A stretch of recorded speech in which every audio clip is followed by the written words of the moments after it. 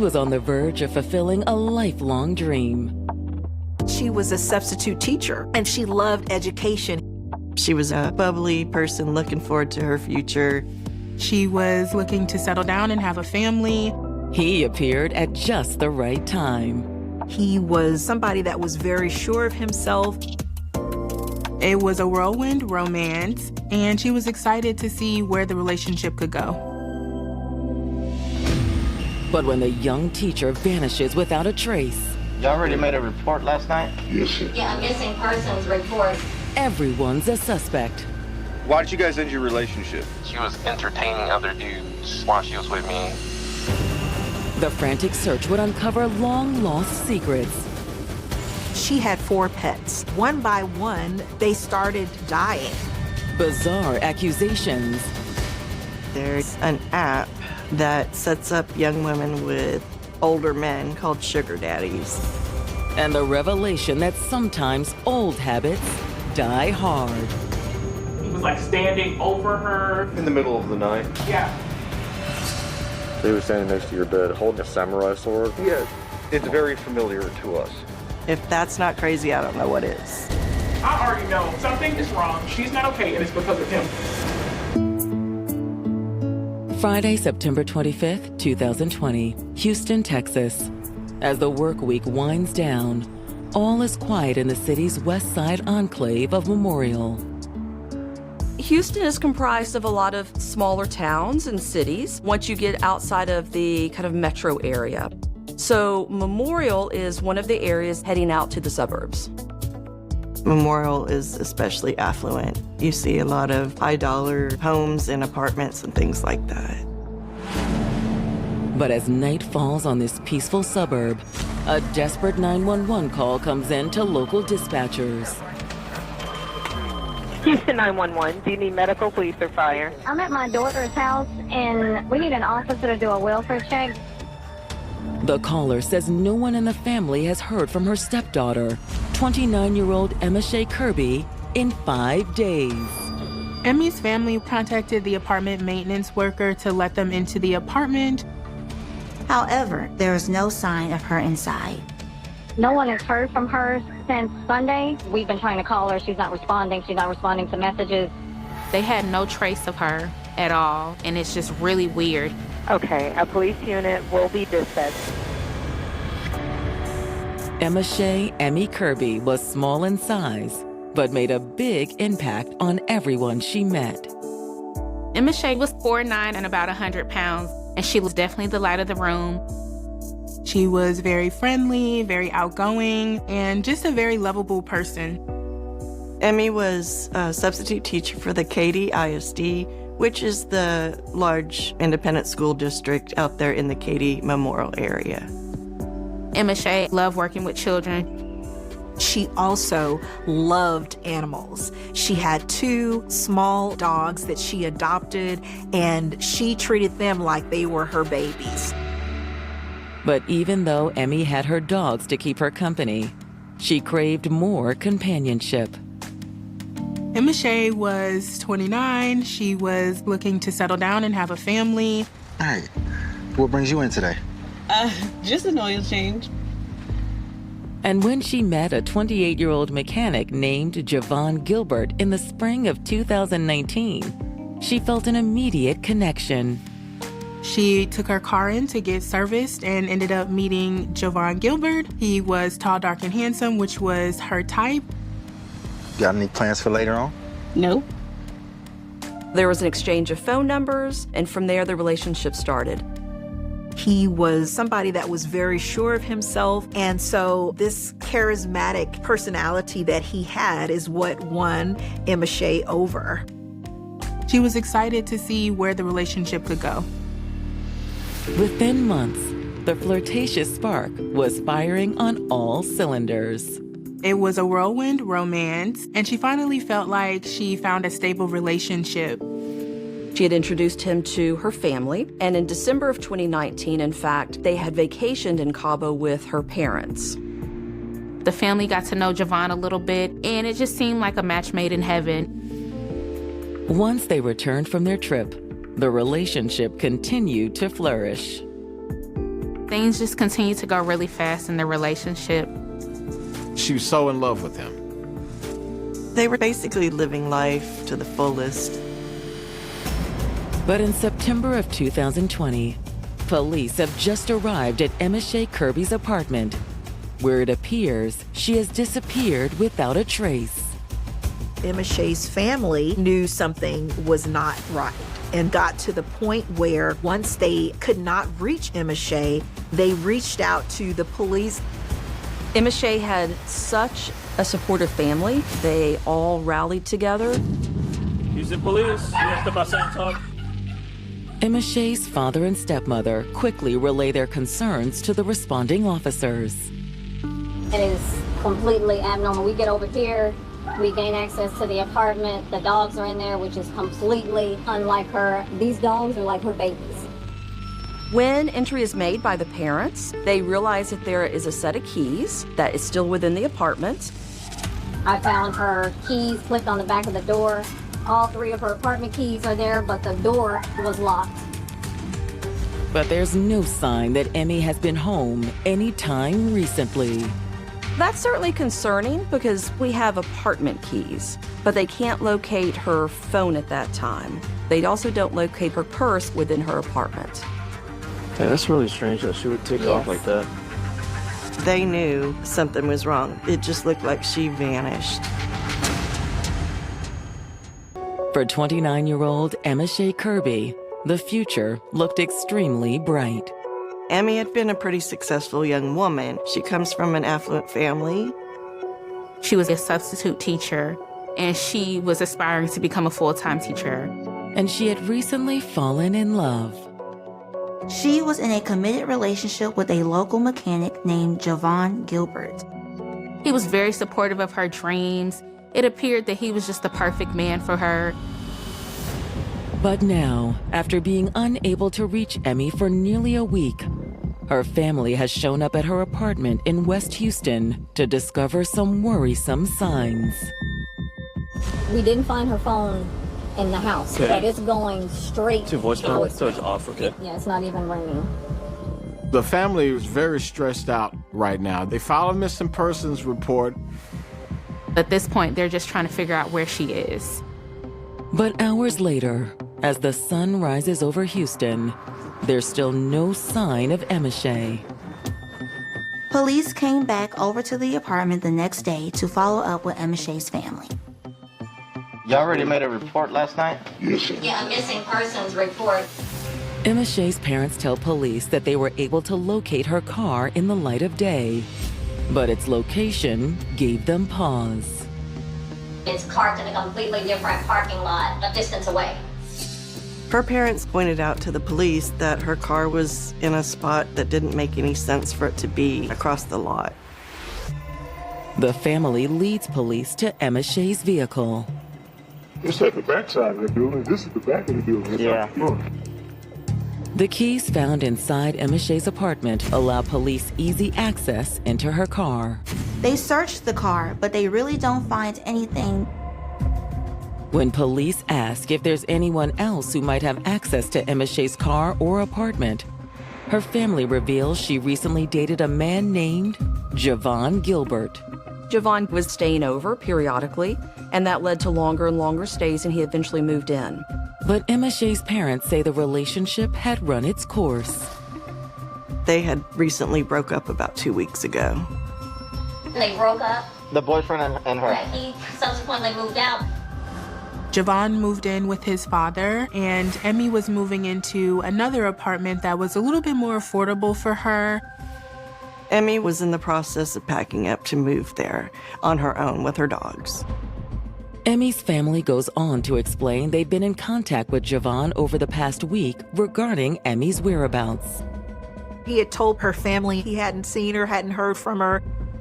He didn't have a key, did he? He's claiming that he doesn't have a key. Okay. After taking down Javon's contact information for their report, police take a closer look at the inside of Emma Shea's apartment. Interestingly enough, there was no sign of forced entry at all. There wasn't any evidence of foul play. There were a lot of items that appeared to be being packed in preparation for a move, which was expected. However, there were items such as furniture, couches, things like that that were in fact missing that wasn't expected at this point. Without evidence of foul play, there's only so much police can do. There was no obvious signs of her being in trouble at that time other than a grown woman not being at home. Still, investigators want to help Emmy's family as much as possible. Police actually went to Emmy's apartment management and they asked for footage to see what was going on outside of the apartment. However, they immediately hit a roadblock. I don't know how to use that. Oh, okay. My manager is usually the one who does it, and he's not here right now. Okay. Well, we're not going to go nowhere with this. Despite their best efforts, the missing persons team will need an official warrant to obtain the footage. And as the hours tick by, the search for Emma Shea intensifies. Parties gather together and start working their own investigation, as family often do, in an attempt to assist law enforcement with finding Emma Shea. As a mother, as a father, they're trying to do their very best to get the word out to the community in terms of, have you seen Emma Shea? The family makes flyers and posters to put up around the neighborhood and hand out. They also enlist the help of an organization called Texas EquiSearch. Texas EquiSearch began in 2000 as a nonprofit volunteer search organization, and we search for missing people. We have drones, ATVs, and then a group of foot searchers. Everyone puts in where they can to help out the families that need it in whatever way. Meanwhile, missing persons investigators with Houston PD reach out to Emma Shea's ex-boyfriend, Javon Gilbert. Police are typically going to speak to the significant other when there is a missing person because they're the person who is closest to the victim. Hey, is this Javon? Yeah. Hey, how you doing, man? My name's Officer May. I'm with HPD Missing Persons Division. I saw your name in the report that you used to date Emmy Shea Kirby? Yeah. He does confirm that they had broken up and that he had moved back in with his family. Javon indicates that he and Emmy were still friends and were still cordial despite the fact that they were recent exes. Last time I seen her was on Friday night. That would have been the 18th? Yeah, we went out to eat. Javon says he drove over to Emmy's place, and then they left together to get burgers. And then what? We went to her house. So you guys are just chatting about whatever, you know, your relationship, whatnot? No, we weren't even chatting about a relationship. They went up to her apartment and they Netflixed and chilled, so they say. He says Emmy was acting normal. You guys were hanging out there Friday night. What time did you leave? I left there around like 11 something, and I made it home about like 12 because I have to go to work the next morning. Javon indicates he drove home by himself to his father's place and that was the last time he ever saw Emmy. However, Javon says the last time he communicated with Emma Shea was on Sunday, the same day her family last heard from her. Okay, so she texted you on Sunday, September 20th? Yeah, she said she was busy cleaning up. He last heard from her via text on that Sunday, and so they were kind of getting a timeline of her last movements. Why did you guys end your relationship? We ended our relationship because she was entertaining other dudes while she was with me. Javon says he and Emmy broke up because he found out she was cheating on him after going through her phone.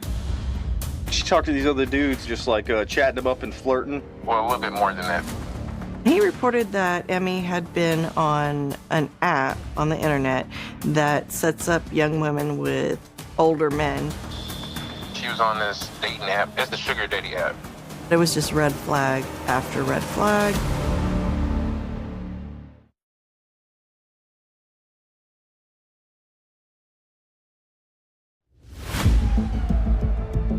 A week after Emma Shea Kirby was last seen, Houston police investigating the disappearance of the 29-year-old teacher are interviewing her ex-boyfriend, Javon Gilbert. Emmy and Javon had just broken up about 2 weeks ago. But according to him, they remained friends.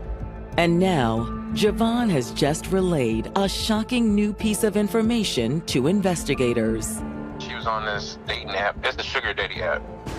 According to Javon, she continued to talk to other men from the sugar daddy websites, and that was a sore spot in the relationship. It could be a situation where one of the men that she was allegedly talking to could have done something to her. It was just red flag after red flag. But that's not the only concerning information Javon reveals. Javon indicated that Emmy was depressed a lot of the time and drinking heavily. Like a big time drinker or just like a social drinker? Nah, she's a heavy time drinker. Javon said she was depressed and laying around a lot. Since COVID started, she's just been at home, just watching YouTube. That's literally been her life. Like, she really didn't clean the house. I had to clean the house. Sometimes she really didn't even want to walk the dogs. He's painting a picture of she was depressed and she possibly hurt herself, or her alcohol may have caused her to be missing and have something to do with this case. So police have to investigate whether or not this is a legitimate claim. All right, man. Well, hey, once again, I really appreciate your time. All right. At this point, police are looking at all the options. Hoping to find out more, detectives start reaching out to Emmy's other loved ones. At the top of their list is her sister, Aaliyah. The family said her sister and Emma Shea talked every day. And when she had not heard from Emma Shea, that's what sounded the alarm. That was something that was not normal. She lived in Austin at the time. Aaliyah got to Houston as quick as she could and went to the station to help this investigation. We want to talk about Emma Shea and your relationship with her. Emma Shea is my older sister. We talk every day, multiple times a day. We would just video call each other, say what we had to say. I mean, sometimes like 5 times a day. Emmy and Aaliyah were basically best friends as well as sisters. She explains how odd, how weird it is that she hasn't talked to her sister in almost a week. So when I would call her and she didn't even like text me or call me back in a reasonable to me amount of time, I was already calling her friends like, hey, do you know what's going on? Because one day for someone else may not be a big deal, but like for us, that was a big deal. Investigators ask Aaliyah about Emmy's recent dating history, including anyone she may be talking to online. Police ask Aaliyah if they had known of her to talk to any men from dating sites or sugar daddy websites, and Aaliyah says absolutely not, that this is not something that she would do. That's when Aaliyah brings up someone who's already familiar to police, Javon Gilbert. Aaliyah said she had some concerns about Javon. Aaliyah says not long after Emma Shea and Javon started dating, the relationship took a downhill turn. Javon ended up losing his job as a mechanic because, according to him, he was giving oil changes after hours, which Aaliyah thought was very suspicious. And then him not truly working created some strain in the relationship too, because essentially she was taking care of everything. Like the bills and rent. Yeah. After it was obvious that Javon wasn't going to seek more employment, Emmy got kind of tired of that, and she basically kicked him out. But Aaliyah says Javon wasn't willing to accept Emma Shea's new boundaries. He would show up unannounced to places where she was. He would come to her apartment and look through her windows. So she really begins to become concerned for her life because Javon is doing this stalking behavior. And in mid-September, just a few weeks before Emma Shea went missing, the tense situation reached a tipping point. Emma Shea was in her apartment asleep, and she felt like somebody was in her apartment. She wakes up to find Javon standing over her holding a knife.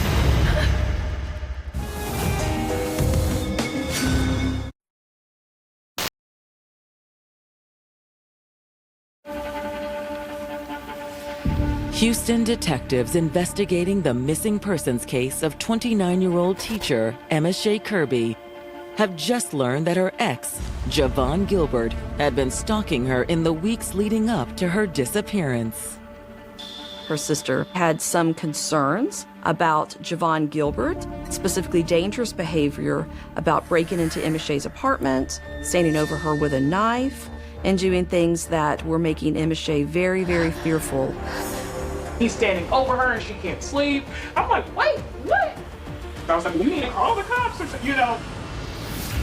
But to Aaliyah's dismay, her sister decided against involving the authorities at that time.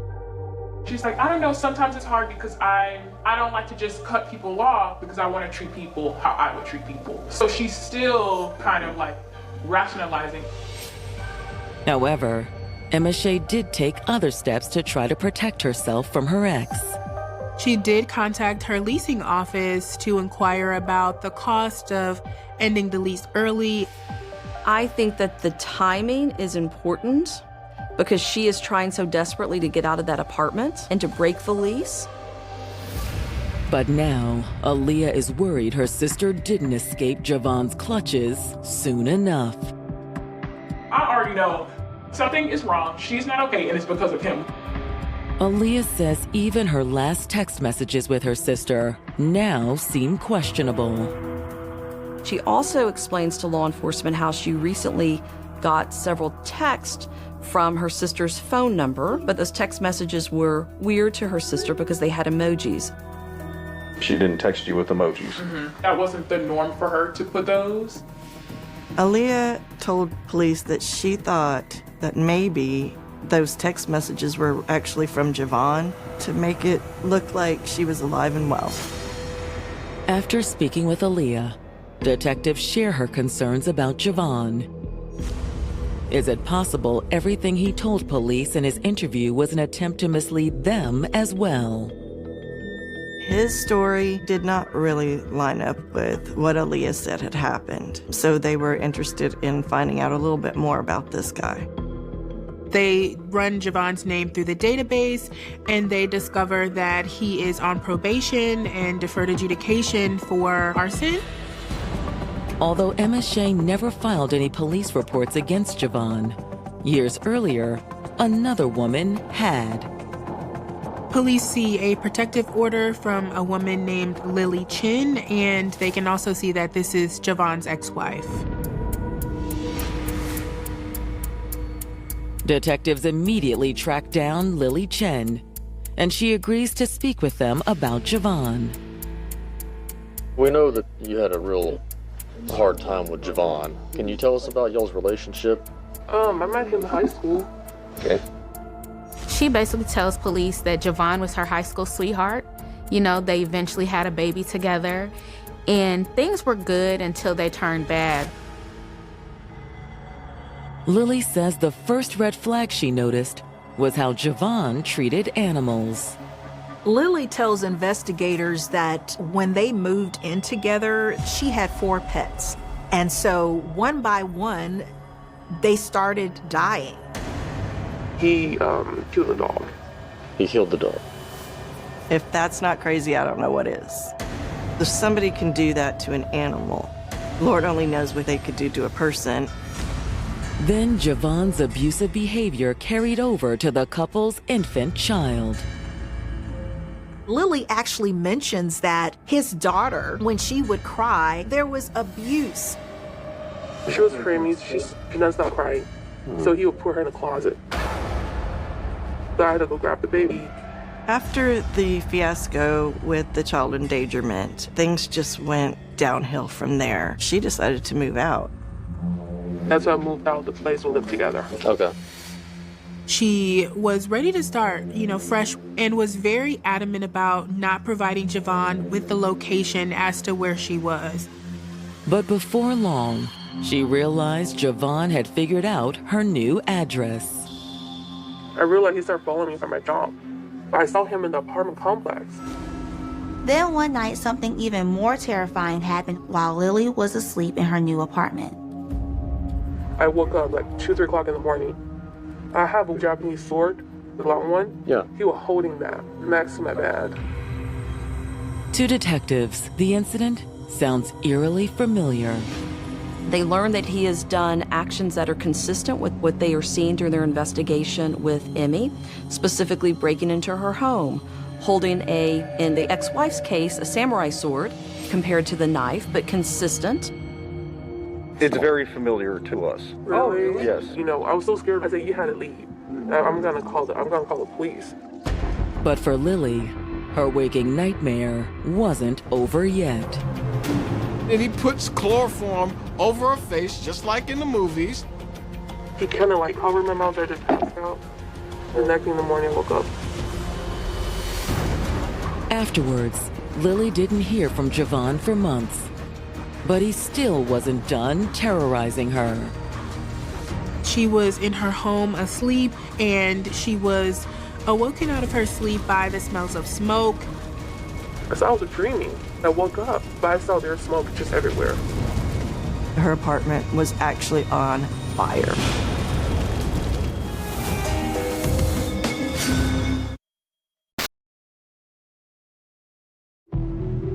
Investigators in Houston, Texas now believe Javon Gilbert is behind the disappearance of his ex-girlfriend, Emma Shea Kirby. They see a lot of the signs of abuse with Emma Shea that they're starting to hear about and learn happened with the ex-wife. Javon's ex-wife Lily describes a harrowing tale of survival to investigators. After not hearing from Javon for months, Lily woke up to smoke filling her apartment. Her home was on fire, and there was not a way for her to exit the home safely. When she looked out of the window, she saw her ex-husband, Javon Gilbert, in the parking lot. That's why I called 911. Help me, please. My ex set my apartment on fire. You want to kill me? Fortunately, emergency personnel were able to put out the blaze and get Lily and her daughter to safety. Javon was arrested and charged with arson. They found a gas canister and lighter in his car that essentially confirmed he was responsible. In 2015, Javon Gilbert pled guilty to arson. It's a first-degree felony which carries a range of punishment from 5 years in prison up to 99 years or life. But because Javon didn't have any prior criminal convictions, he walked away with only probation. The judge decided that an 8-year deferred adjudication was an appropriate sentence in this case. It was around that same time that Javon met Emma Shea Kirby. Emmy didn't know what he was capable of. For detectives, it's now clear that Javon has a propensity for violence.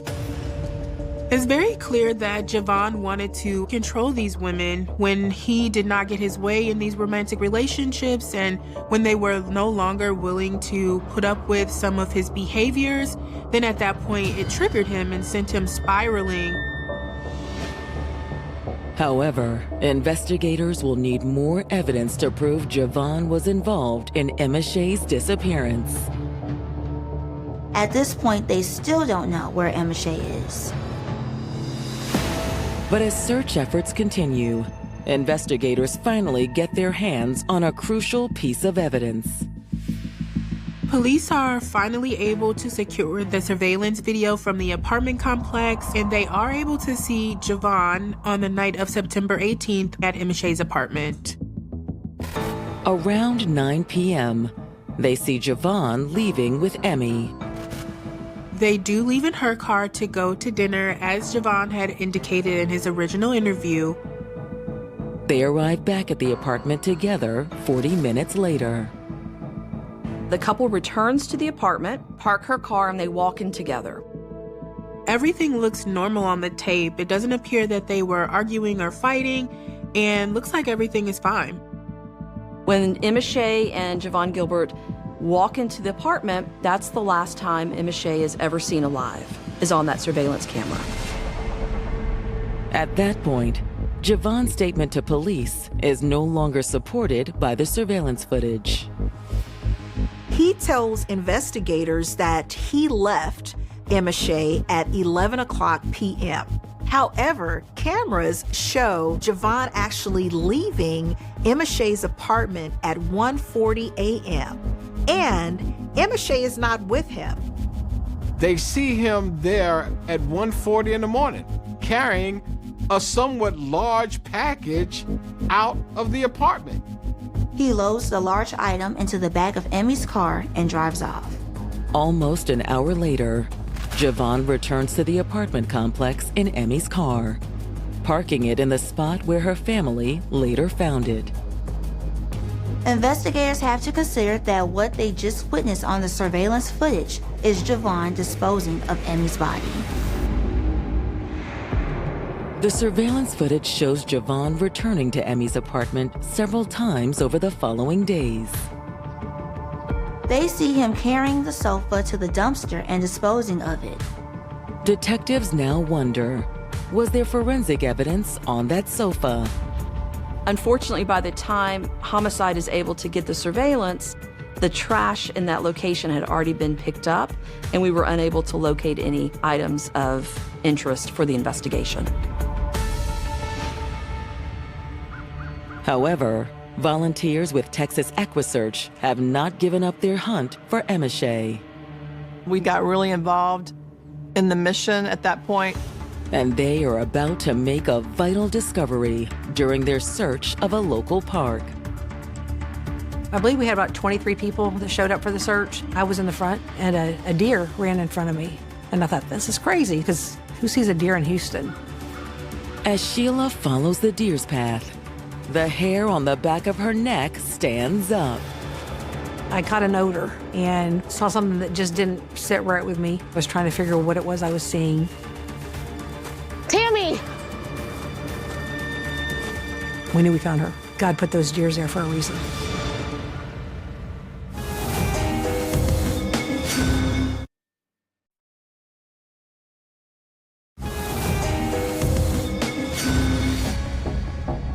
After unearthing a shocking history of violence and abuse, Houston detectives are certain 28-year-old Javon Gilbert is behind the disappearance and suspected murder of his ex-girlfriend, Emma Shea Kirby. Now they just need to find her body in order to finally arrest Javon. And on October 3rd, more than 2 weeks since Emma Shea was last seen, volunteers with Texas EquiSearch make the tragic discovery in a local park. I caught an odor and saw something that just didn't sit right with me. Tammy! We'd found human remains, and it was Emma Shea.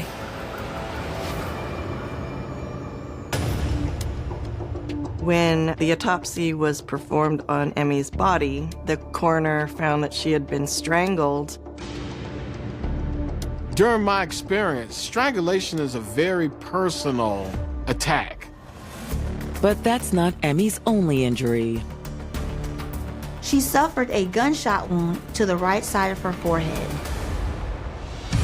On January 20th, 2021, police finally take Javon into custody. The police arrest him. They get him down to the station. He agrees to talk to the police. Obviously, you know what this is about, right? Yep. It's during that conversation that they're able to start confronting him with all of the information that they have. We've gathered a lot of data. We've gathered a lot of surveillance video. Still, Javon sticks to the same story he originally told police.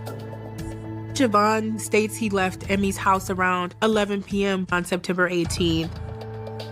He still wouldn't admit any type of involvement, and then they show him the video. You want to see the video of the night of? Yeah, we can do that too. Clearly, Emmy is seen entering her apartment with Javon on the night of the 18th, but she never leaves. At least, not by her own will. You're gonna see a guy walking out right here from her apartment. Sets this object down that he carried out, this big heavy object. Are you denying that this is you? You're just kind of sitting there like a bump on a log, so to speak. You gotta have something to say about it. When they showed them the video of him taking a heavy object out of that apartment, he lawyered up and didn't want to talk to the police anymore. I'm done. Huh? I'm done. You're done? You don't want to talk no more? Okay.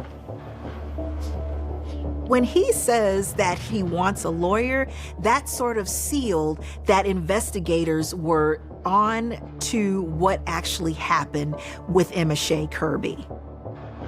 At that point, law enforcement charged Javon Gilbert with the murder of Emma Shea Kirby. They also charged him with tampering with evidence for taking her body and moving it.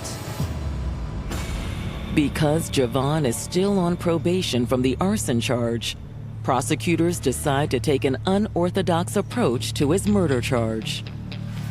This was an unusual circumstance. The arson that he was on probation for and the murder that he was charged with carry the exact same range of punishment. Despite all the evidence they have against Javon for Emma Shea's murder, it's only circumstantial. There's a risk that the jury could find him not guilty. The prosecutor wanted to make sure that he wasn't going to get away. So it was like, okay, well, if we can get him on the arson charges, that automatically carries a sentence of life. So we used the murder case as a triggering event to revoke his probation and move forward on that first. Instead of taking Javon to trial, prosecutors file a motion to adjudicate guilt. This isn't a jury trial. It's the judge listening to the evidence and having to determine, have we proven the facts of the case such that he can find those allegations true, and at that point, revoke the probation. Prosecutors tell the judge that Javon violated his probation in the most egregious way possible by murdering his ex-girlfriend, Emmy Kirby. I think Javon Gilbert knew that Emma Shea was done with him. She wasn't giving him any more chances, and that's the most dangerous time in the life of an intimate partner victim. Javon had finally realized that Emmy was done with him and that she didn't need him anymore, and she was really set to start a new life. I think what made him snap is that he realized he no longer had control, and she stood up to him, and that made him really angry. She was probably being brutally honest with him. He didn't want to hear it, so he strangled her to death.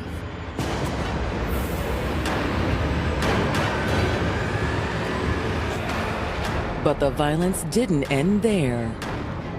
Prosecutors believe that Javon then shot her in the head just out of anger or spite. After his rage subsided, Javon immediately began to try and cover up the crime. He got rid of the evidence, which was primarily the couch, got her body, took it out, put it in a car, drove it to Bear Creek Park, dumped it, and went back to try to clean up the rest of the scene. Prosecutors also believe Javon continued sending texts from Emmy's phone over the next few days to intentionally point investigators in the wrong direction. Essentially, Javon had Emmy's phone and was texting himself and other people, trying to make it seem like Emmy was actually communicating and reaching out to family members. The phone is never recovered, and there was never a gun that was recovered during this investigation. He probably was just smart enough to know that if he discarded a gun, it couldn't be connected to him. And there are plenty of waterways and little creeks and stuff in that Bear Creek Park for plenty of opportunity to do that. However, by the end of the hearing, the judge agrees that Javon is in violation of his probation. Javon ultimately was sentenced to life in prison for arson. I believe that the family was satisfied with the ultimate verdict and prioritizing the old arson case over the homicide case. And when we did end up with a life sentence, I thought they were happy with the result. But what does it say about our court system that Javon was able to walk away free after the arson attempt against his ex-wife? If Javon had been put behind bars then, maybe he never would have been able to do what he did to Emmy.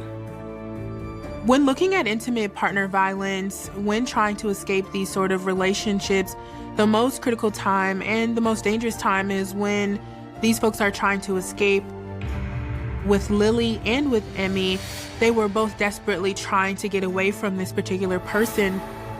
I would encourage anybody that's in a relationship that there are the red flags. Separate yourself so you can get away from that person and continue with your life. You may save your own life by leaving that person. April Tinsley was 9 years old when her life ended, but the investigation into her murder would continue long after the little girl in the photographs had become a memory preserved in the minds of her family, investigators, and an entire community. On April 1st, still 1988, in Fort Wayne, Indiana, April disappeared. She had been riding her bicycle near her home, an ordinary activity for a child her age, until something went terribly wrong. What began as a normal evening quickly became a desperate search. When April did not return home, concern spread through her family. A missing child meant urgency.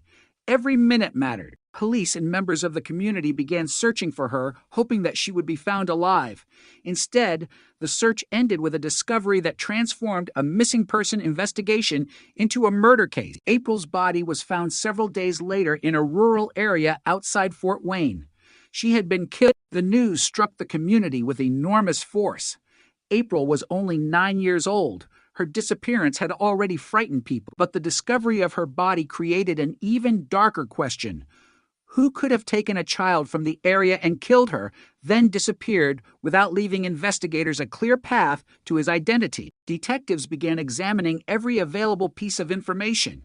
They had to reconstruct April's final movements, determine where she had been, identify anyone who might have seen her, and search for evidence that could reveal what happened. But there was no immediate breakthrough.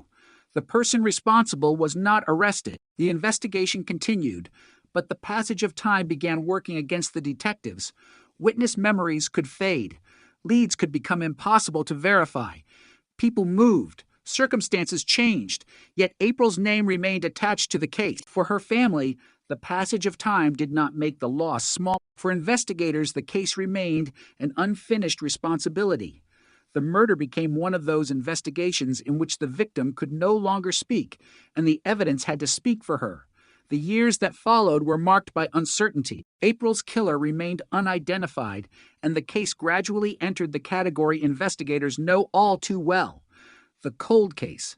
But cold does not mean forgotten. Behind every cold case is a family that remembers, detectives who continue to wonder whether something was missed, and evidence waiting for a new opportunity. April's case would eventually prove exactly that. In the years after the murder, forensic science developed at a remarkable pace.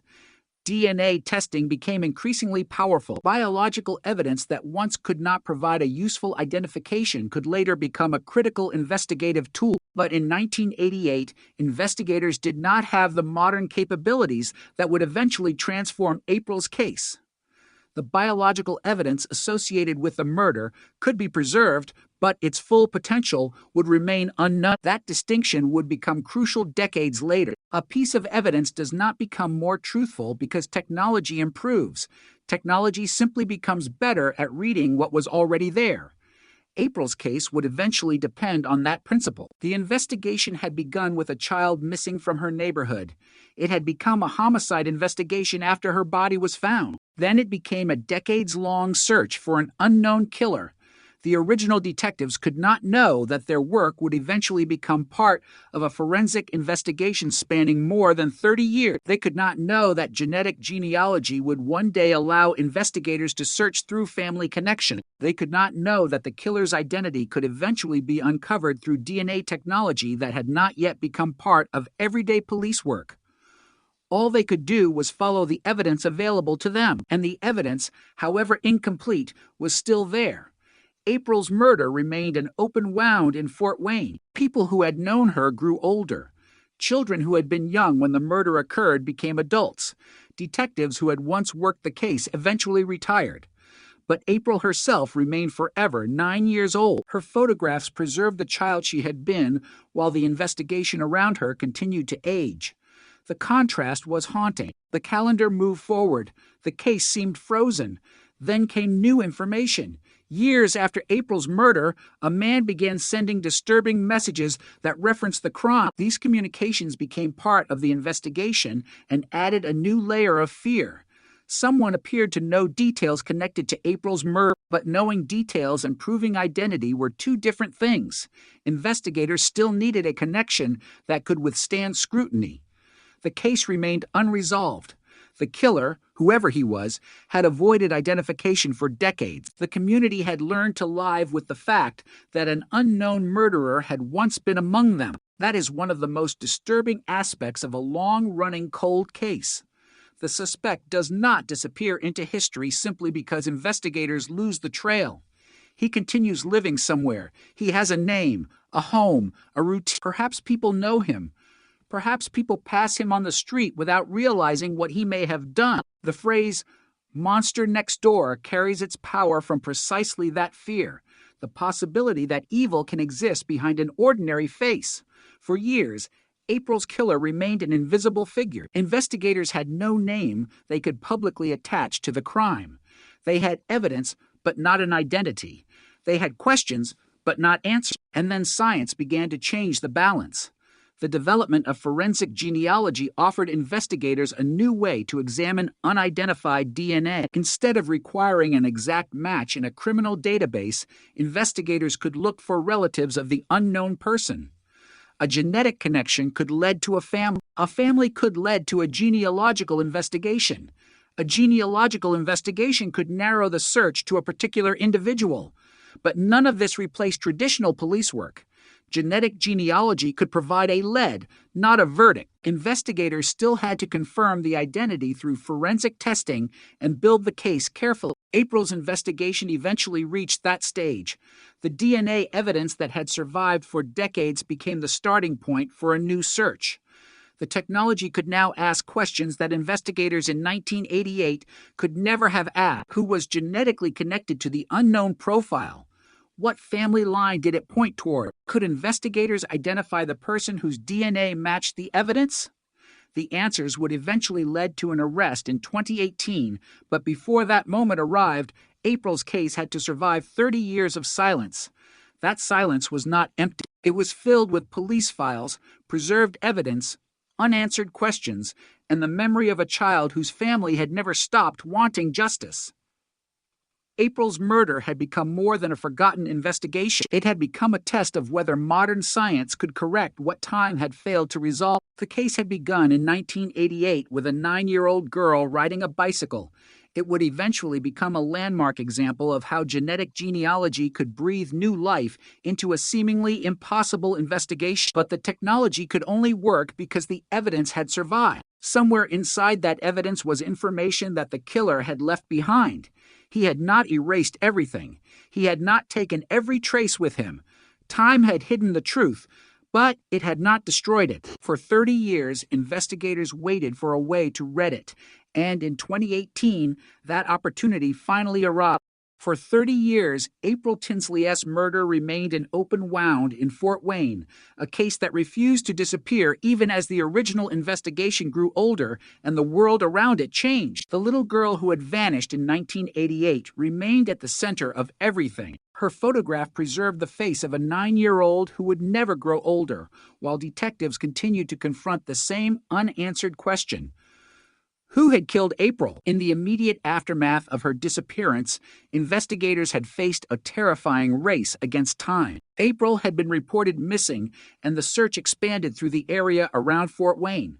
Then came the discovery of her body in a rural area. The search for a missing child had become a homicide investigation, and detectives now had to reconstruct what had happened to her. Every detail mattered. Every possible witness had to be considered. Every piece of physical evidence had to be examined. But the investigation did not produce the immediate answer everyone wanted. There was no arrest that brought the case to a close. Instead, the unknown offender disappeared into the background of everyday life. The years that followed made the investigation increasingly difficult. People who had information might forget details. Witnesses might move away. Investigators changed. Technology changed, But the biological evidence associated with the crime remained important. What investigators could not fully exploit in 1988 might become valuable decades later.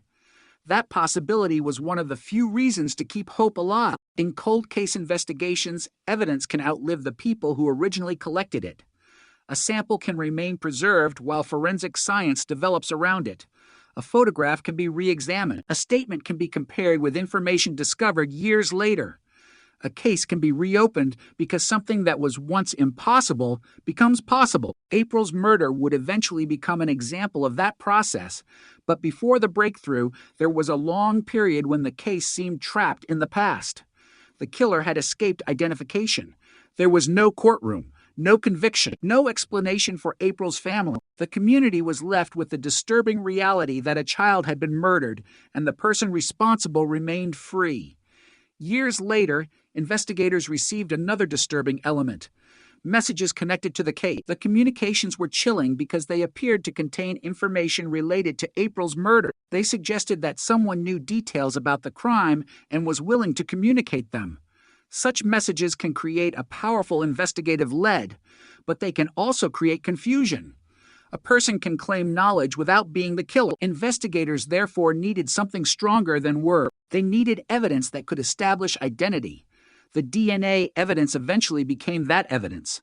For decades, traditional methods had failed to produce a definitive identification. Then forensic genealogy began changing the possibility. The technique allowed investigators to examine unidentified DNA through genetic relationships. Instead of asking whether the killer's exact profile existed in a criminal database, investigators could search for relatives who might have voluntarily placed genetic information into genealogy databases. The principle was straightforward but revolutionary. People inherit DNA from their parents and share portions of their genetic material with relatives. Even if the offender had never submitted his own DNA, a relative might have. That relative could become the first link in a chain leading back to the offender. Investigators working on April's case eventually used this approach. The unidentified DNA profile was not simply abandoned because it had failed to produce a direct match. It became the foundation for a new kind of search. Genetic genealogy researchers began looking for family connection. The process could be slow and complex. A distant genetic relative might be separated from the offender by several generations. Investigators had to reconstruct family trees, compare relationships, eliminate people who did not fit, and narrow the possibilities. The objective was not to accuse a family. It was to identify a potential individual whose DNA could then be tested independently. This distinction was critical. Genetic genealogy was a lead-generating tool, not a substitute for forensic confirmation. The case required investigators to combine modern genetics with old-fashioned detective work. Names had to be researched. Histories had to be examined. Ages and locations had to make sense. The final candidate had to be connected to the DNA evidence itself. Eventually, the investigation focused on a man named John D. Miller. He had lived in the Fort Wayne area and had connections that investigators considered relevant to the case. But even then, detectives did not simply announce that they had found the killer. They needed a direct DNA comparison. The genetic genealogy process had pointed toward a person. Now forensic science had to determine whether that person matched the biological evidence preserved from April's case. Investigators obtained a discarded item associated with Miller and used it to compare his DNA with the DNA recovered from evidence connected to April's murder. The result provided the breakthrough investigators had been waiting for. The DNA matched. After 30 years, the unknown biological profile had been connected to a specific individual. The case had moved from uncertainty to identification. In 2018, police arrested John D. Miller in connection with April Tinsley's murder. The arrest sent shock waves through Fort Wayne. For decades, April's killer had remained unidentified. Now there was a name, a face, and a suspect in custody. The phrase, "cold case solved," suddenly became reality, but the emotional impact extended far beyond the arrest itself. The case had remained unresolved for an entire generation. People who had been children when April was killed were adults by the time investigators finally announced the breakthrough. The investigation had outlived careers, technologies, and decades of public attention. The arrest demonstrated that the passage of time had not erased the evidence. It had simply taken 30 years for investigators to acquire the tools needed to interpret it. For April's family, the development carried a complicated mixture of emotions. The arrest could not bring April back. Nothing could, but it could answer the question that had haunted them since 1988. The person accused of killing April was no longer an invisible figure. Investigators had connected him to the biological evidence. The case had finally entered a new stage. The community, which had once been left wondering whether April's killer might still be somewhere nearby, now knew that investigators had identified a specific man. The long-running mystery had become a criminal prosecution. But the story did not end with the arrest. An arrest is not a conviction. The evidence would have to be presented in court. Investigators and prosecutors would have to establish the case beyond a reasonable doubt. The DNA evidence would become one of the central elements, but the broader investigation would also matter. The communications connected to the case, the history surrounding April's murder, and the circumstances of Miller's identification would all become part of the legal process. The breakthrough had solved the mystery of identity, but justice still required another step. Yet for the moment, one fact dominated the headlines. After 3 decades, investigators had finally named the man they believed was responsible for April Tinsley's death. The technology that had seemed almost unimaginable in 1988 had become the key to the case. Genetic genealogy had transformed an unidentified DNA profile into an investigative lead. Traditional detectives had followed that lead. Forensic scientists had confirmed it, and police had made the arrest. April's case had become a powerful demonstration of how old evidence can acquire new meaning. The DNA had been present for decades. The killer had not erased it. He had not been able to predict the future of forensic science. In 1988, the evidence had been a silent trace. In 2018, it became a name. The distance between those two moments was 30 years. 30 years of waiting, 30 years of unanswered questions, 30 years in which April's family carried a loss that never disappeared.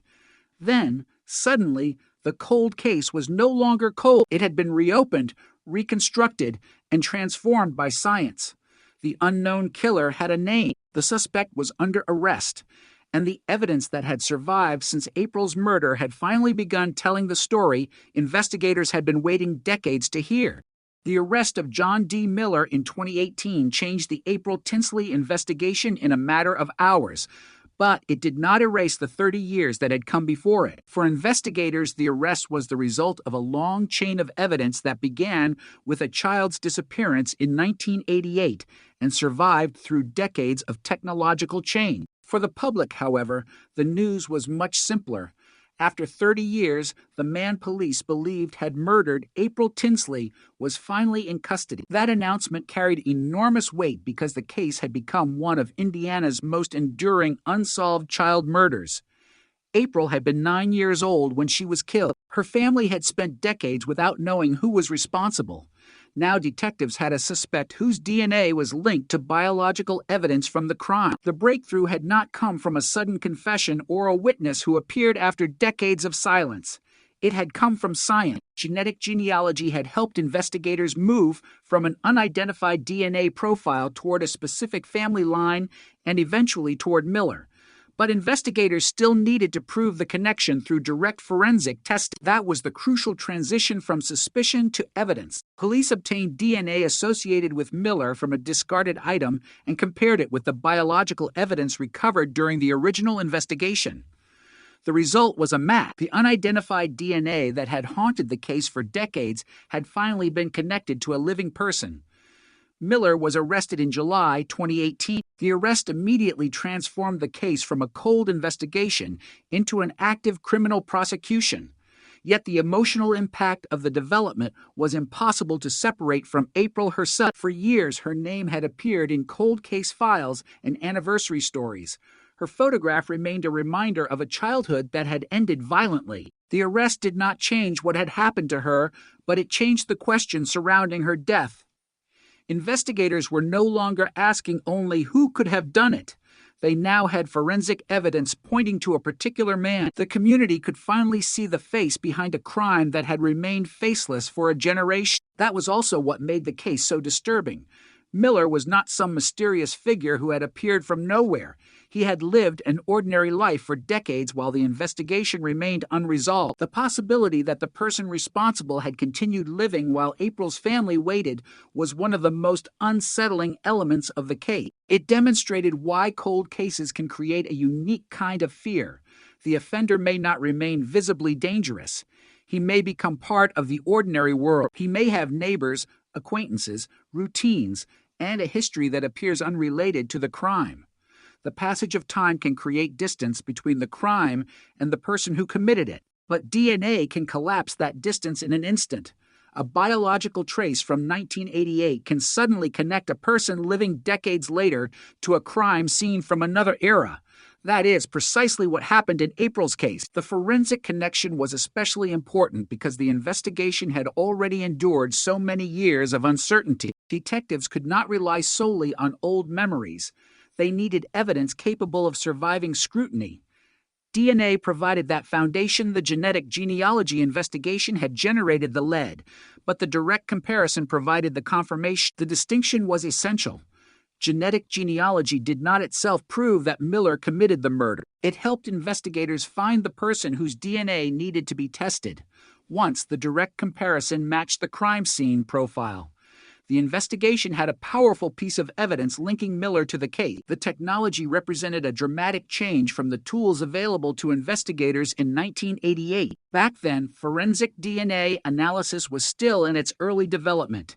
Investigators could preserve biological material, but they did not have today's ability to use genetic information to construct distant family relationships. Decades later, investigators could use DNA not merely to compare one suspect with one crime scene, but to explore genetic connections across family trees. That ability fundamentally changed the possibilities for cold case investigation. April's case became one of the clearest examples of how the method could work. An unidentified offender profile did not have to remain unidentified forever. If the profile could be connected to relatives, the family network could provide a path toward the offender. But the breakthrough also depended on something far older than genetic genealogy: persistence. Someone had to preserve the evidence. Someone had to keep the case alive. Someone had to decide that an old investigation was worth revisiting. Someone had to examine the evidence with new technology rather than assuming that 30 years meant the case was finished. That persistence was essential. Without preserved evidence, modern science would have had nothing to analyze. Without investigators willing to revisit the case, the genetic information might never have been used. Without forensic confirmation, the genealogical lead would have remained only a lead. The arrest was therefore not the product of one technology alone. It was the final link in a chain that stretched across 3 decades. The original investigators had searched for April. Later, investigators had continued examining the case. Scientists had preserved and analyzed biological evidence.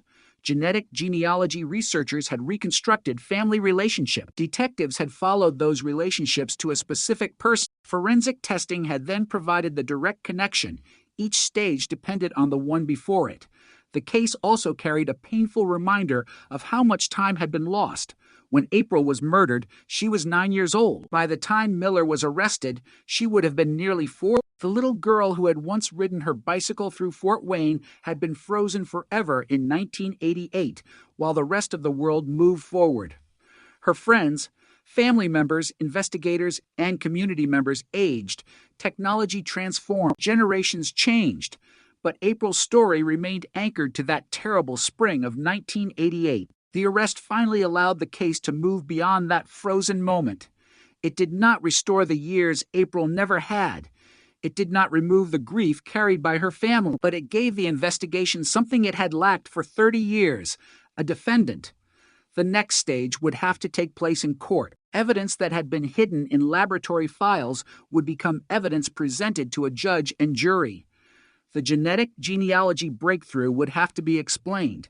The DNA comparison would have to be established. Prosecutors would have to demonstrate how the evidence connected Miller to April's murder. The defense would have its opportunity to challenge the evidence and the state's case. The arrest was therefore not the end of the investigation. It was the beginning of the legal process that would determine what happened next. But even before that process unfolded, the arrest had already answered one of the questions that had haunted Fort Wayne for decades. April's killer was no longer an unknown person. Investigators had identified him. The phrase cold case had suddenly acquired a new meaning. The case was still old, but it was no longer dormant. It was active again. Detectives were examining evidence. Prosecutors were preparing charges. The public was learning details that had remained buried for decades. And April's family was finally seeing movement in a case that had seemed almost impossible to solve. The technology behind the breakthrough also attracted attention far beyond Indiana. Genetic genealogy had already begun transforming investigations in other jurisdictions, and April Tinsley's case demonstrated how powerful the approach could be when combined with preserved forensic evidence. The idea was simple enough to understand, but extraordinary in its consequences. A criminal could avoid giving police his DNA, but he could not necessarily control the DNA of his relatives. If enough genetic information existed in genealogy databases, investigators could potentially reconstruct a family network and follow it toward an unknown offender. The method turned ancestry into an investigative pathway. It did not mean every cold case could be solved. It did not guarantee an identification, but in cases where biological evidence existed and conventional searches had failed, it opened a door that had previously been locked. April's case was one of those cases. The biological evidence had been waiting since 1988. 30 years later, investigators finally had the tools to make it speak. Yet behind the technology was still the same human story. A 9-year-old girl had been killed. Her family had been left with grief and uncertainty. A community had lived for decades, knowing that someone responsible had never been held accountable. The arrest could not change the past. It could only change the future of the case. Now there would be hearings. Evidence would be examined. Prosecutors would present their argument. The defense would respond. A court would ultimately determine Miller's legal responsibility, but outside the courtroom, another judgment had already taken shape in the public mind. The unknown killer who had haunted April's case for 30 years now had a name. The mystery had a face. The biological evidence had found its target, and the case that once seemed destined to remain unresolved had finally begun moving toward an answer. For April's family, the significance of that moment could never be measured simply by headline. 30 years of uncertainty cannot be erased by one arrest, but an arrest can end one particular kind of suffering, the endless question of whether the killer will ever be found. For decades, that question had no answer. In 2018, it did. The investigation had traveled from a bicycle ride in Fort Wayne to a rural crime scene, from an unidentified DNA profile to genetic genealogy, from family connections to forensic confirmation, and finally to a police arrest. The journey had taken 30 years, but the evidence had survived every one of them. And now, for the first time since 1988, April Tinsley's murder was no longer only a cold case. It was a case with a suspect standing before the justice system, carrying with him the biological evidence that investigators had waited decades to connect to a name. The arrest of John D. Miller did not erase the years of uncertainty surrounding April Tinsley's murder. Instead, it forced investigators, prosecutors, and the public to confront a question that had remained unanswered since 1988. How had a killer managed to remain unidentified for so long, despite leaving behind evidence that would eventually expose him? April was 8 years old, not 9, when she was abducted on Good Friday in 1988. She was walking home from a friend's house in Fort Wayne, Indiana, when she disappeared. 3 days later, her body was discovered about 20 miles away in a rural area surrounded by farmland and Amish communities. The case immediately became one of the most disturbing child murders in the region. Detectives had to reconstruct April's final movements and determine who had taken her from the neighborhood. The evidence pointed to a violent sexual assault and murder, but identifying the offender proved far more difficult. The killer had vanished. There was no immediate suspect who could be taken into custody and no straightforward explanation for how April had been abducted. The investigation became a race between detectives and time, and time was winning. Yet the offender eventually made a mistake that would keep the case alive. In 1990, 2 years after April's murder, a message appeared on a barn door near the location where her body had been found. The message claimed responsibility for killing April and threatened that the writer would kill again. It was an extraordinary development. The killer was no longer completely silent. Someone was deliberately inserting himself back into the investigation. The message suggested that the offender was still alive and potentially still capable of committing another crime. Investigators now had something more than the original crime scene. They had a communication that could potentially reveal the killer's personality, habits, and relationship to the case. But the message did not provide a name. It did not tell investigators where the offender lived. It did not reveal enough to identify him. Instead, it deepened the mystery. 16 years after April's murder, the killer appeared to communicate again. In 2004, 4 notes were left at residences around Fort Wayne. Several were placed on bicycles belonging to young girls. The notes were accompanied by used condoms or Polaroid photographs. Some of the communications referred directly to April. The behavior was deeply disturbing because it suggested that the person responsible for April's death was still watching the investigation and was willing to approach young girls' home. Investigators believe the same offender was responsible for the original murder and the later messages. The evidence gave them new material to examine. The Polaroid photographs became particularly important. One showed a distinctive green paisley-patterned bedspread. Investigators tried to determine where such a bedspread might have been found. They examined hotels, bedding suppliers, and other locations. They also searched for people who might have owned or borrowed Polaroid cameras. The investigation expanded. Detectives considered possible offenders in the Fort Wayne area and examined criminal histories for people who had committed offenses such as trespassing, indecent exposure, burglary, or voyeurism. The FBI eventually became heavily involved. In 2009, an FBI child abduction rapid deployment team joined Indiana authorities in an extensive review of the case. Investigators conducted new interviews, revisited neighborhoods, examined old information, and collected DNA samples from potential suspects. The effort generated new leads, but none produced the identification investigators needed. The case remained open. The evidence was growing, but the killer remained hidden.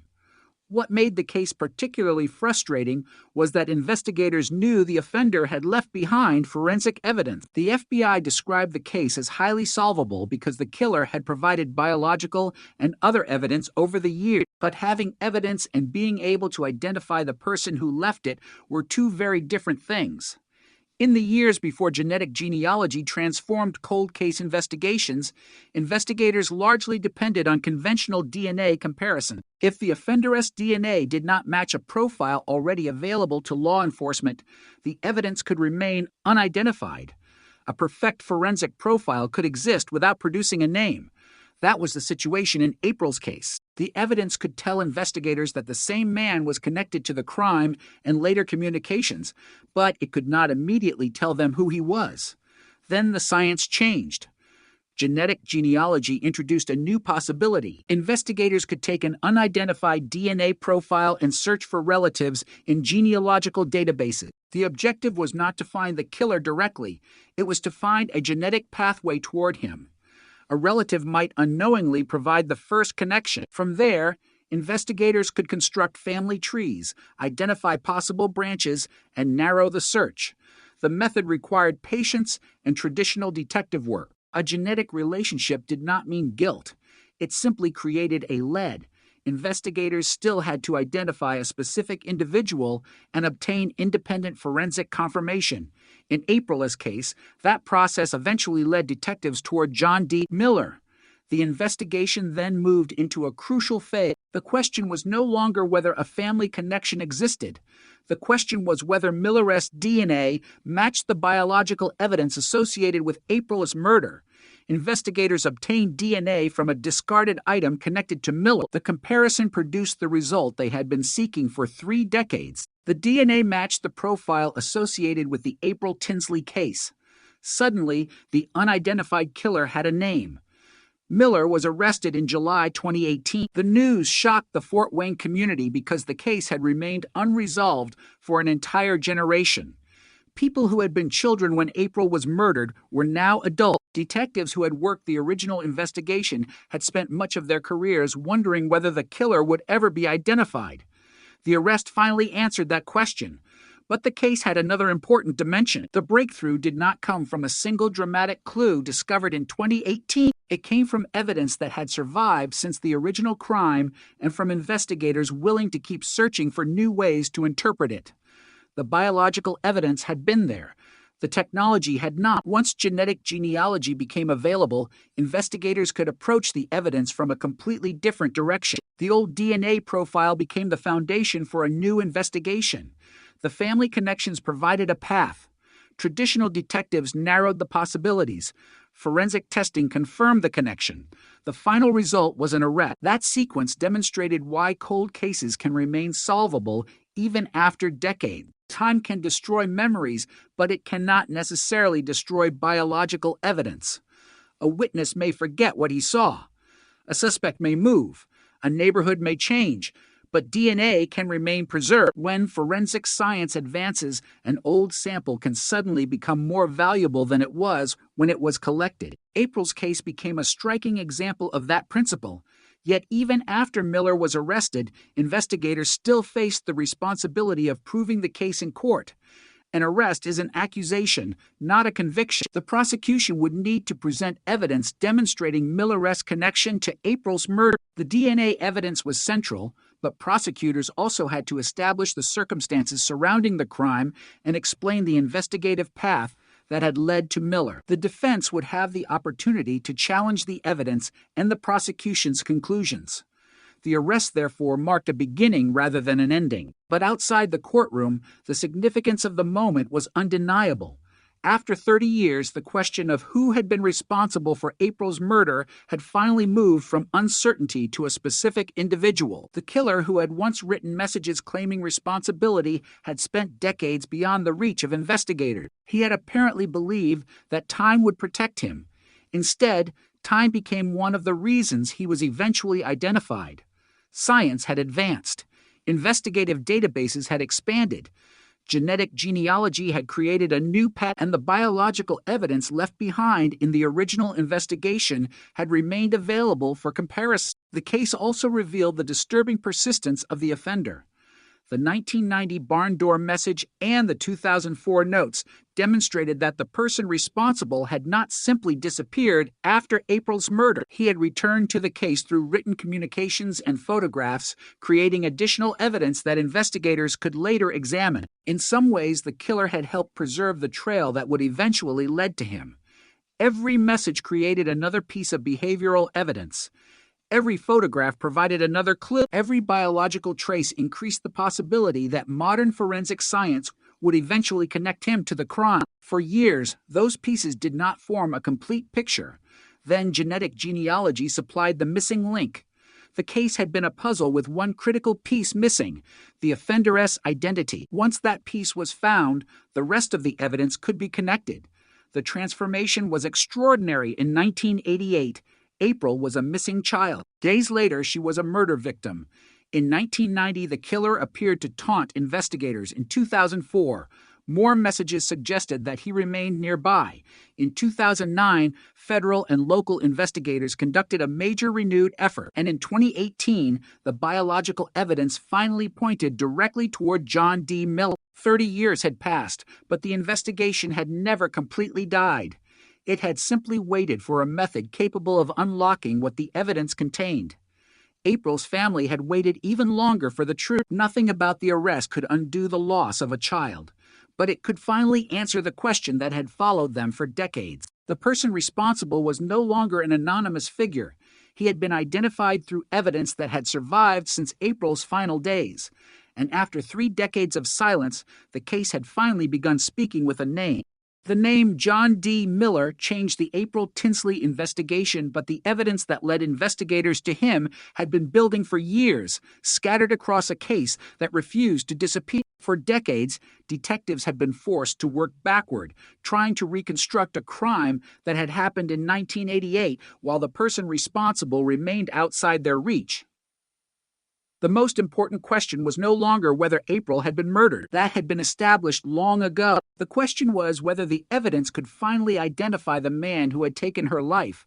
By 2018, the answer was beginning to emerge through a combination of forensic science, investigative persistence, and genetic genealogy. But to understand why the breakthrough was so powerful, investigators had to look at everything that had happened after April's death, including the disturbing communications that appeared to come from the killer himself. 2 years after April was murdered, a message appeared on a barn door near where her body had been found. The message claimed responsibility for her killing and threatened another murder. It was not the behavior of someone trying to disappear completely. It was a deliberate act of communication. The writer wanted investigators to see the message. He wanted the case to remain alive, but he did not provide the one thing detectives needed most: his identity. The message became another piece of the puzzle. It demonstrated that someone connected to April's murder was still willing to interact with the investigation. For investigators, that created both an opportunity and a danger. The communication could contain information about the offender, but it could also be designed to mislead. Detectives had to treat every detail carefully. Years later, in 2004, the case became active again when several notes were left around Fort Wayne. Some were placed on bicycles belonging to young girls. Used condoms and Polaroid photographs accompanied the messages. The material was deeply disturbing. The notes referenced April and appeared to come from the same person responsible for the earlier communication. The investigation now had a pattern. The killer had not simply committed the original crime and vanished. He had continued to demonstrate an interest in young girls and had repeatedly inserted himself into the investigation.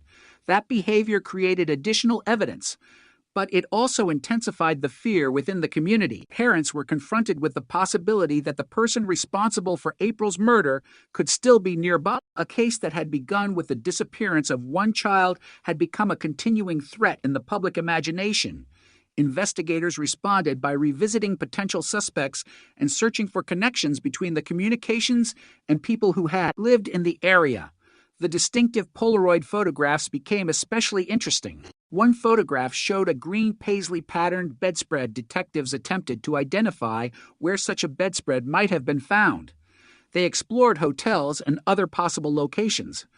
They examined information about Polaroid cameras. They searched for people whose backgrounds might connect them to the messages. But the investigation remained frustratingly incomplete. The evidence suggested the offender was real and still connected to the area, but no conventional investigation could conclusively identify him. The FBI eventually became involved in a renewed effort. In 2009, investigators conducted a major review of the case and pursued new leads. They interviewed people again. They revisited information from the original investigation. They collected DNA samples from potential suspects. The case was not forgotten. It was being actively re-examined, but even with federal assistance, the killer remained unidentified. This was the fundamental problem of the case. Investigators had DNA, but they did not have a matching identity.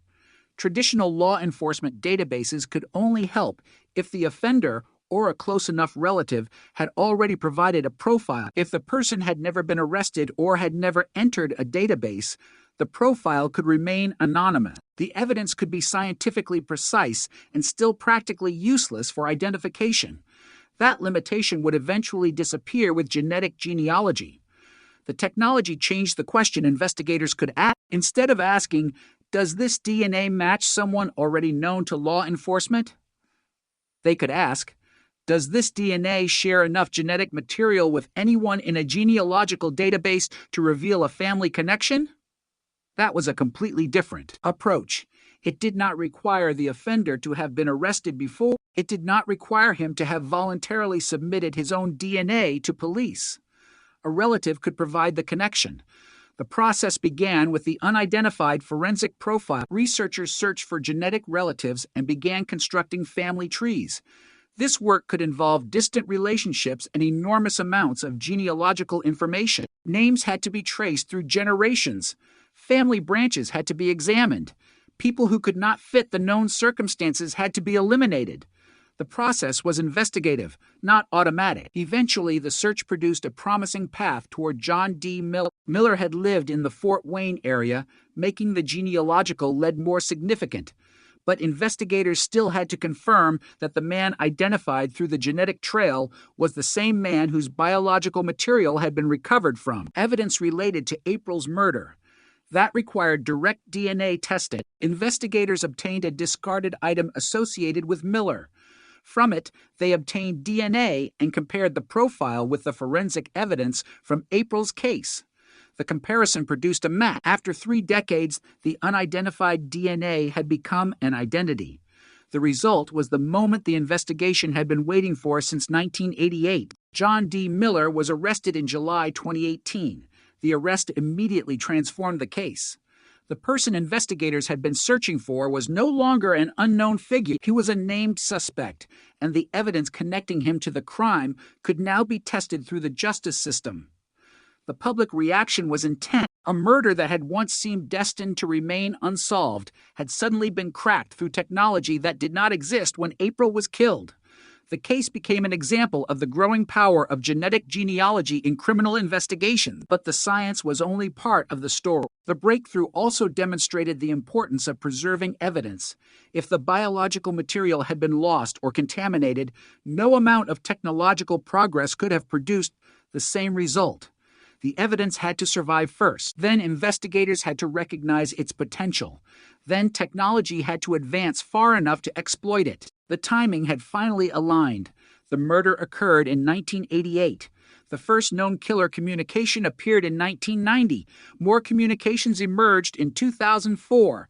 A major renewed investigation followed in 2009. Genetic genealogy eventually provided the investigative breakthrough, and by 2018, Miller was under arrest. The case had crossed multiple generations of investigative science. What investigators could not do in 1988 became possible in 2018. The difference was not that the evidence had changed. The difference was that the tools had changed. The arrest also forced investigators to revisit the years when the killer had apparently been living freely. The phrase, "monster next door," became especially disturbing because Miller had not been a mythical figure hiding in some unknown place. He had lived an ordinary life while the case remained unresolved. That contrast between ordinary appearance and alleged criminal responsibility is one of the most unsettling elements of cold cases. A person can exist in a community without drawing attention while carrying a secret that investigators may not discover for decades. But forensic evidence does not depend on appearances. DNA does not care whether a suspect seems ordinary. It can establish a biological connection that human perception. In April's case, that biological connection ultimately became the foundation for the arrest.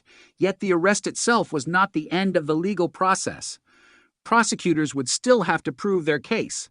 Miller would have legal representation. Evidence would be examined. The state would have to demonstrate that the DNA connection and other evidence established his responsibility for April's murder. The defense would have an opportunity to challenge the prosecution's evidence. The courtroom would become the next stage of the investigation. For April's family, the arrival of that stage represented a profound change. For 30 years, there had been no defendant. There had been no courtroom confrontation with the person accused of killing April. There had only been a question now. The justice system finally had a person to place at the center of the case. That did not make the pain disappear. It could not, but it provided something the family had not had since 1988, the possibility of accountability. The arrest also gave investigators an opportunity to examine whether Miller could be connected to the later messages and other evidence that had accumulated over the years. The case was no longer simply about an unidentified DNA profile. It was now about how the various pieces of evidence fit together. The messages, the photographs, the original crime, the biological evidence, the genetic genealogy, the discarded item. Each piece had a different role. Some established behavior, some created investigative leads, some provided forensic identification. Together, they created a narrative that investigators could bring into court. The case had taken 30 years to reach this point. Yet the final step had happened with remarkable speed once the genetic lead produced a candidate. That is one of the defining characteristics of modern cold case breakthrough. A case can remain stagnant for decades, then move rapidly once the right piece of information appears. The difficult part is finding the piece. In April's case, that piece was genetic genealogy. It transformed an unknown DNA profile into a family connection and then into a specific individual. But behind that breakthrough remained the same reality that had existed since April disappeared. A child had been killed, a family had been devastated, and an entire community had spent decades waiting for an answer. The arrest could not return the years that had been lost. It could only establish that the investigation had finally reached the person police believed was responsible. The case had survived 30 years of silence. Now it was entering the courtroom, and for the first time, the evidence collected after April's death would have the opportunity to tell its story before a judge and jury.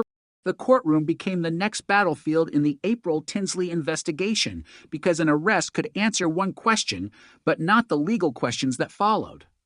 After 30 years, investigators had identified John Miller through DNA evidence and genetic genealogy, but the justice system required more than an identification. It required proof.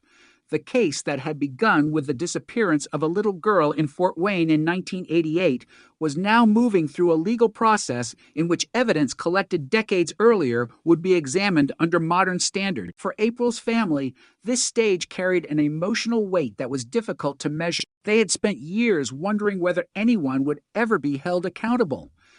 Now, the man investigators believed was responsible was facing the consequences of the evidence that had survived since the night April disappeared. The central forensic evidence remained DNA. That evidence had been present in the case for decades, but its importance had changed dramatically as technology developed. In the early years, investigators knew that biological evidence existed, but they could not use genetic genealogy to identify a distant relative. By 2018, the same biological profile could become the starting point for a family search. That search eventually led investigators to Miller.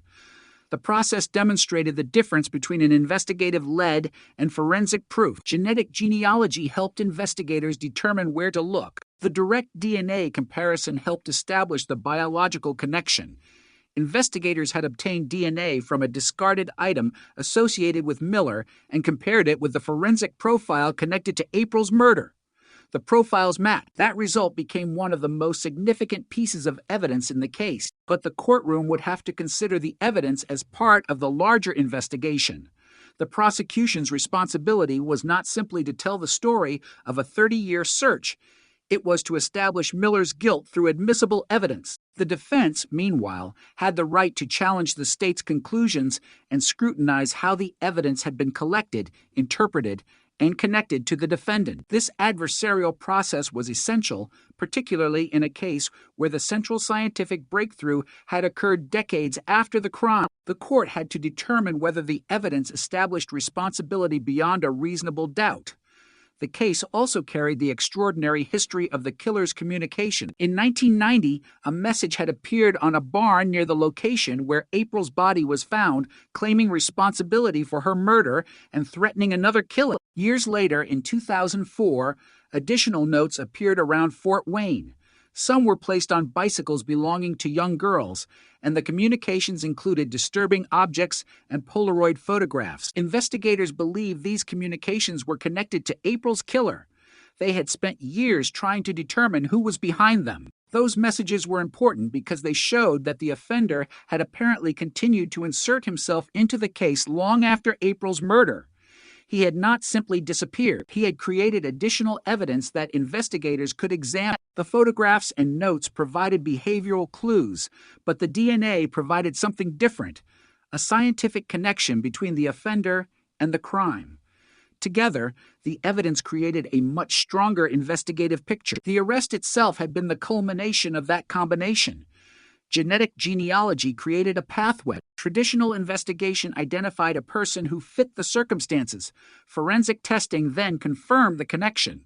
The case demonstrated how modern cold case investigations rarely depend on one piece of evidence alone. Instead, different types of information can reinforce one another. A genealogical relationship can narrow the search. A location can support the plausibility of a suspect.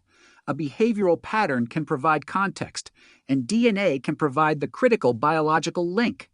April's case had all of those elements accumulated over time. The legal process, therefore, became an opportunity to place decades of investigative work into one coherent evidentiary framework. For the family, the court proceedings also represented a shift in the meaning of the case. For 30 years, April's murder had been a mystery. Now it was an accusation against a specific person. The question was no longer simply whether the killer would ever be identified. It was whether the evidence would lead to a conviction. That transition can be difficult for families because a long-awaited arrest creates expectations. After years of waiting, there can be a powerful desire for finality.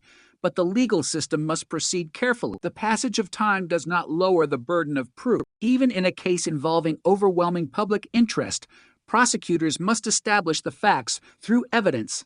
The defendant remains entitled to due process. That principle is especially important in a case whose original investigation lasted decades and involved numerous theories and leads. The eventual identification had to be stronger than suspicion. It had to be supported by forensic evidence. The DNA comparison provided precisely that kind of evidence. It was not based on a witness remembering a face from 30 years earlier. It did not depend on a fading memory. It did not rely on a rumor circulating through the community. It was biological evidence connecting Miller to the forensic profile associated with April's murder.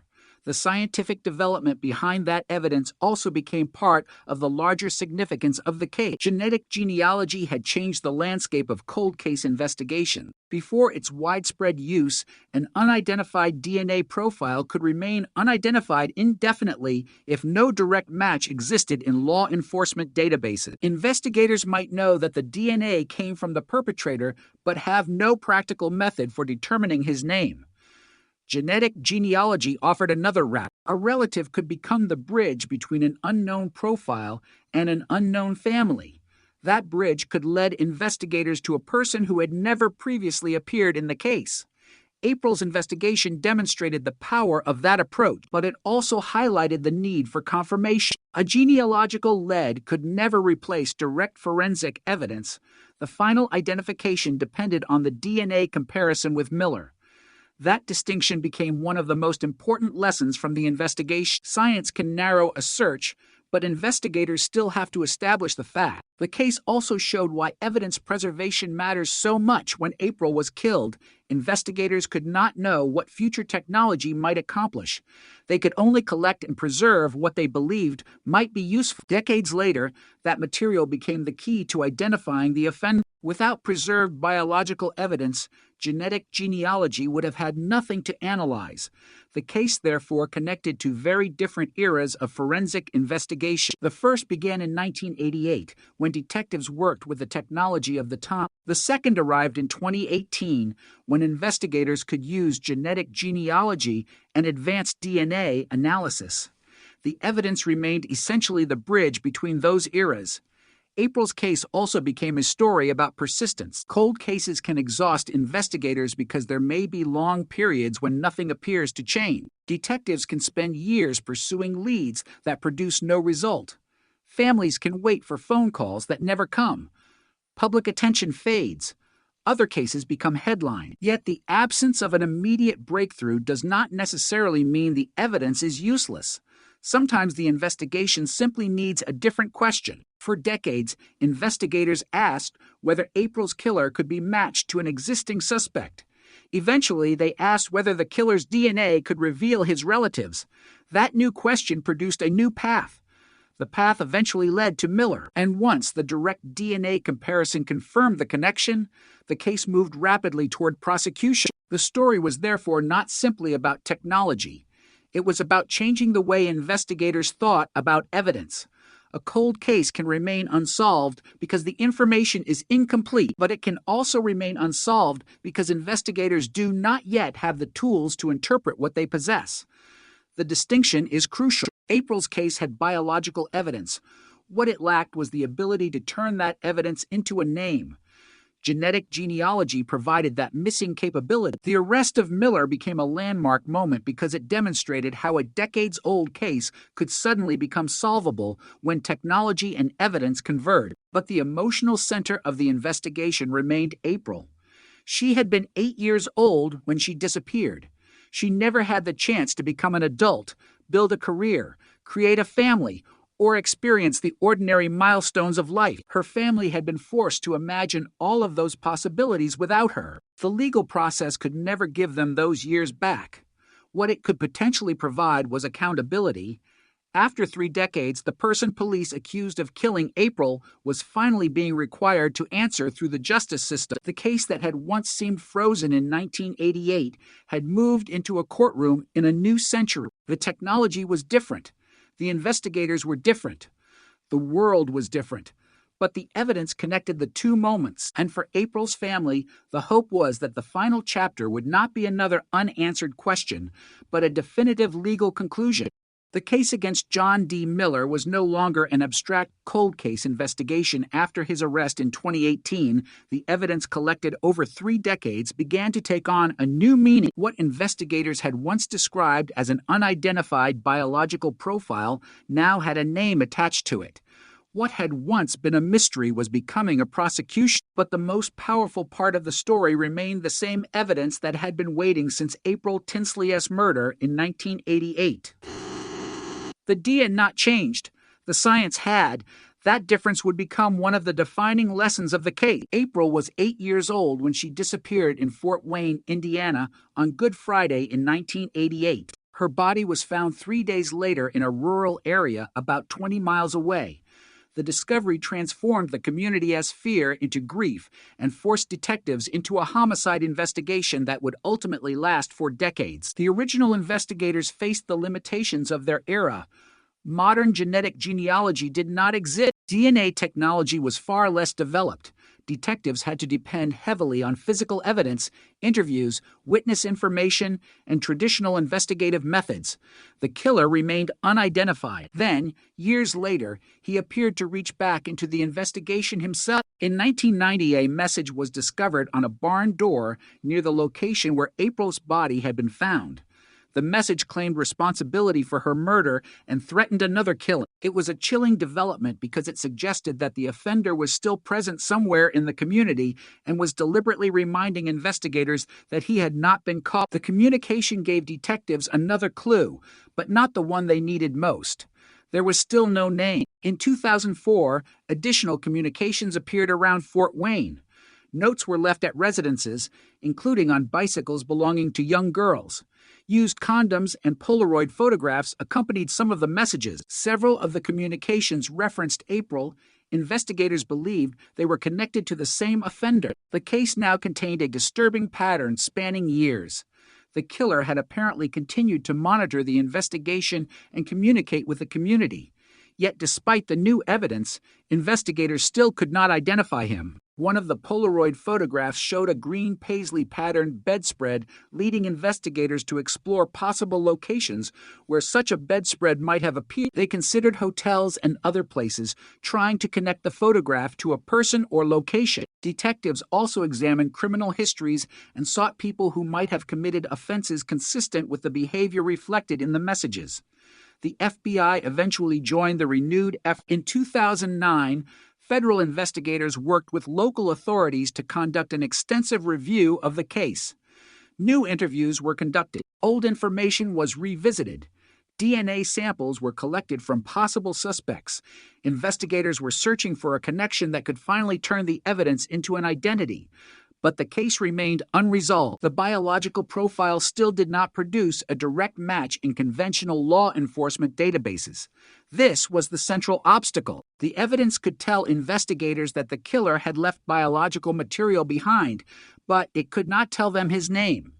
Then genetic genealogy changed the possibility. Investigators could use the unidentified DNA profile to search for relatives through genealogical databases. Instead of requiring the offender himself to be present in a law enforcement database, the method could potentially identify someone through family relationships.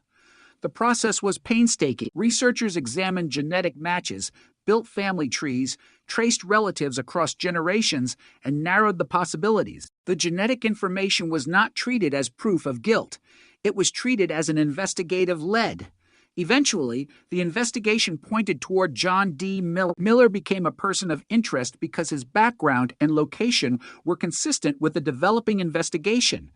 But detectives needed more than a genealogical connection. They needed direct forensic confirmation. Investigators obtained DNA from a discarded item associated with Miller. That DNA was compared with the biological evidence from April's case. The result was a match. The discovery transformed the investigation. The unidentified DNA profile that had remained unresolved for 30 years now corresponded to a specific individual. Miller was arrested in July 2018. For investigators who had spent years working the case, the arrest represented the moment when decades of uncertainty finally collapsed into one concrete fact. The person whose DNA matched the evidence had been identified. For the community, the arrest was equally shocking. The case had become part of Fort Wayne's history. Generations had grown up knowing April's name. Her murder had been discussed as an example of a case that might never be solved. Now, the person investigators believed was responsible was in custody, but an arrest was only the beginning of the legal process. Prosecutors had to establish the case in court. The DNA evidence had to be explained. The genetic genealogy process had to be placed into context. The investigators had to demonstrate how the evidence led from an unidentified profile to Miller. The defense would have the opportunity to challenge the prosecution's case. The burden of proof remained with the state. That process was especially important because the case had already demonstrated the dangers of uncertainty. Investigators had spent decades without an answer, and the justice system could not simply declare that the mystery was solved because technology had produced a suspect. The evidence had to be tested in court. The DNA match became central because it provided a direct connection between Miller and the biological evidence associated with April's murder. The genetic genealogy process was important because it explained how investigators found Miller. But the direct comparison was what established the forensic link. This distinction would become increasingly important as genetic genealogy spread into other criminal investigations. The technique was powerful, but it was not a shortcut around traditional standards of proof. It could identify where investigators should look. It could not by itself establish guilt. The April Tinsley investigation showed the complete process. First, investigators preserved biological evidence. Decades later, forensic scientists obtained an unidentified DNA profile. Genetic genealogy generated a family connection. Detectives narrowed that connection to Miller. A discarded item provided a sample. The laboratory comparison produced a match. The police then made an arrest. Each stage depended on the previous one. Without the original evidence, there would have been no DNA profile. Without the DNA profile, there would have been no genetic genealogy. Without the genealogical lead, investigators might never have focused on Miller. Without the discarded item, they could not have confirmed the match. The breakthrough was therefore the result of an entire investigative chain stretching across 30 years, but the emotional dimension remained impossible to separate from the science. April's family had spent decades living with the absence of a child who should have had an entire lifetime ahead of her. An arrest could not restore that future. It could not undo the murder. It could not erase the memories of 1988. What it could do was remove one terrible uncertainty. The person responsible was no longer unknown. For a family that had spent decades wondering whether the killer would ever be identified, that mattered. The arrest also changed the community's relationship with the case. For years, April's murder had carried the disturbing possibility that the killer might still be somewhere nearby. The later messages had intensified that fear. Now investigators had identified a man and taken him into custody.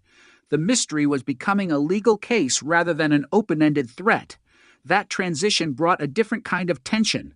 The public wanted answers. The family wanted justice. Investigators wanted the evidence to withstand scrutiny. Prosecutors wanted a conviction. And the defense was preparing to challenge the case. After 30 years, the investigation had finally reached the stage where evidence would be tested in open court. The case also raised broader questions about time and justice. How long can evidence survive? How long can a family wait? Can technology compensate for investigative limitations from an earlier era?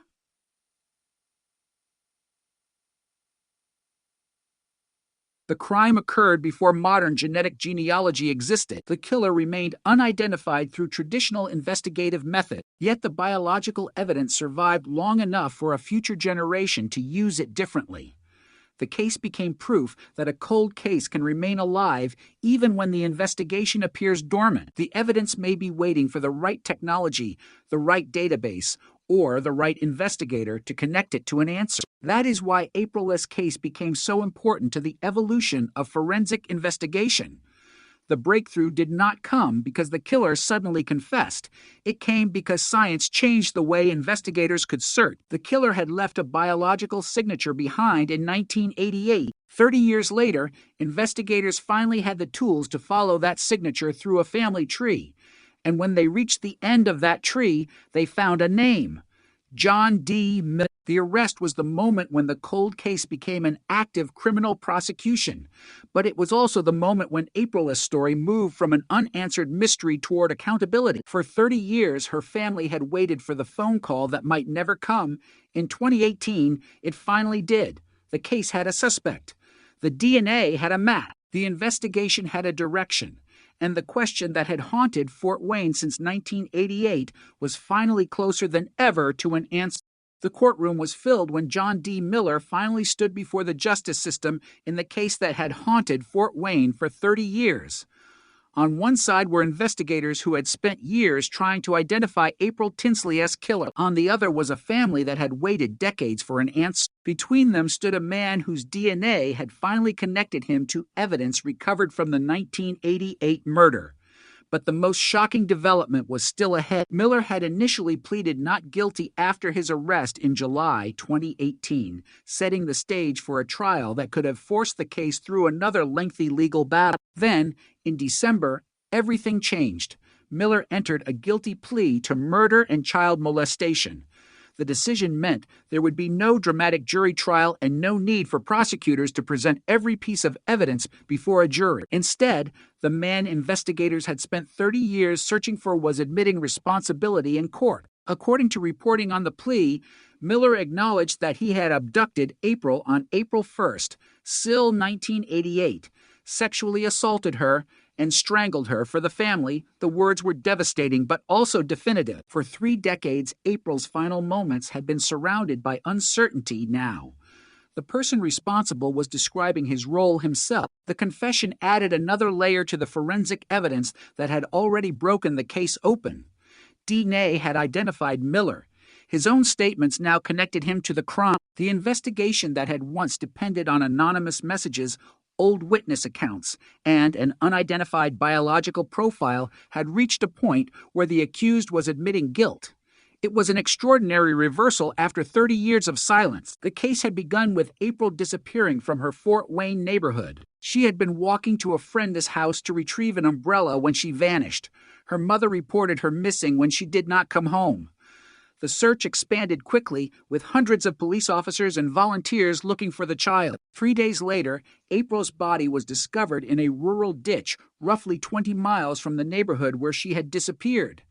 The investigation immediately became a murder case. Detectives had a crime scene, a victim, witnesses, and eventually biological evidence, but no identified killer. A composite sketch was created from a witness account describing a man believed to have forced a girl into a vehicle.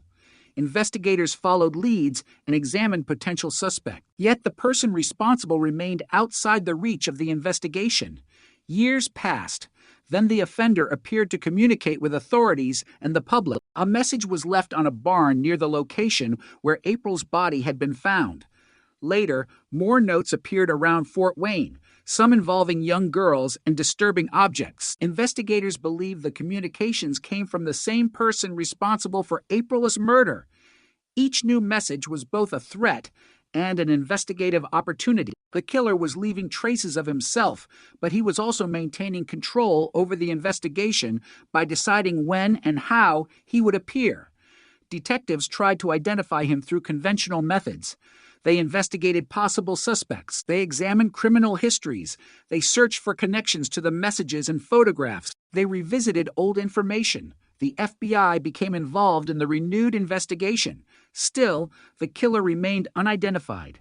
The DNA evidence was there, but a conventional database search did not provide the answer. That changed when investigators turned to genetic genealogy. The DNA profile from the case was submitted for genealogical analysis, and researchers began searching for relatives. The process was unlike anything available to the original investigators. Instead of searching only for the offender himself, investigators could search through genetic relationships. The goal was to build a family tree and identify individuals who could potentially be connected to the unidentified profile.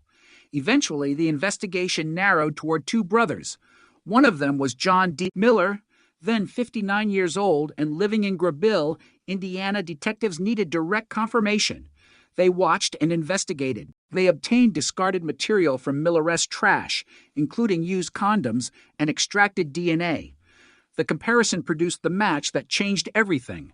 Miller's DNA was consistent with the biological evidence connected to April's case. Investigators approached him on July 15, 2018, and asked him to come to the police station. According to the police affidavit, when detectives asked whether he knew why they wanted to speak with him, Miller answered with April's name. That response was chilling because it suggested that he immediately understood the reason for the interview.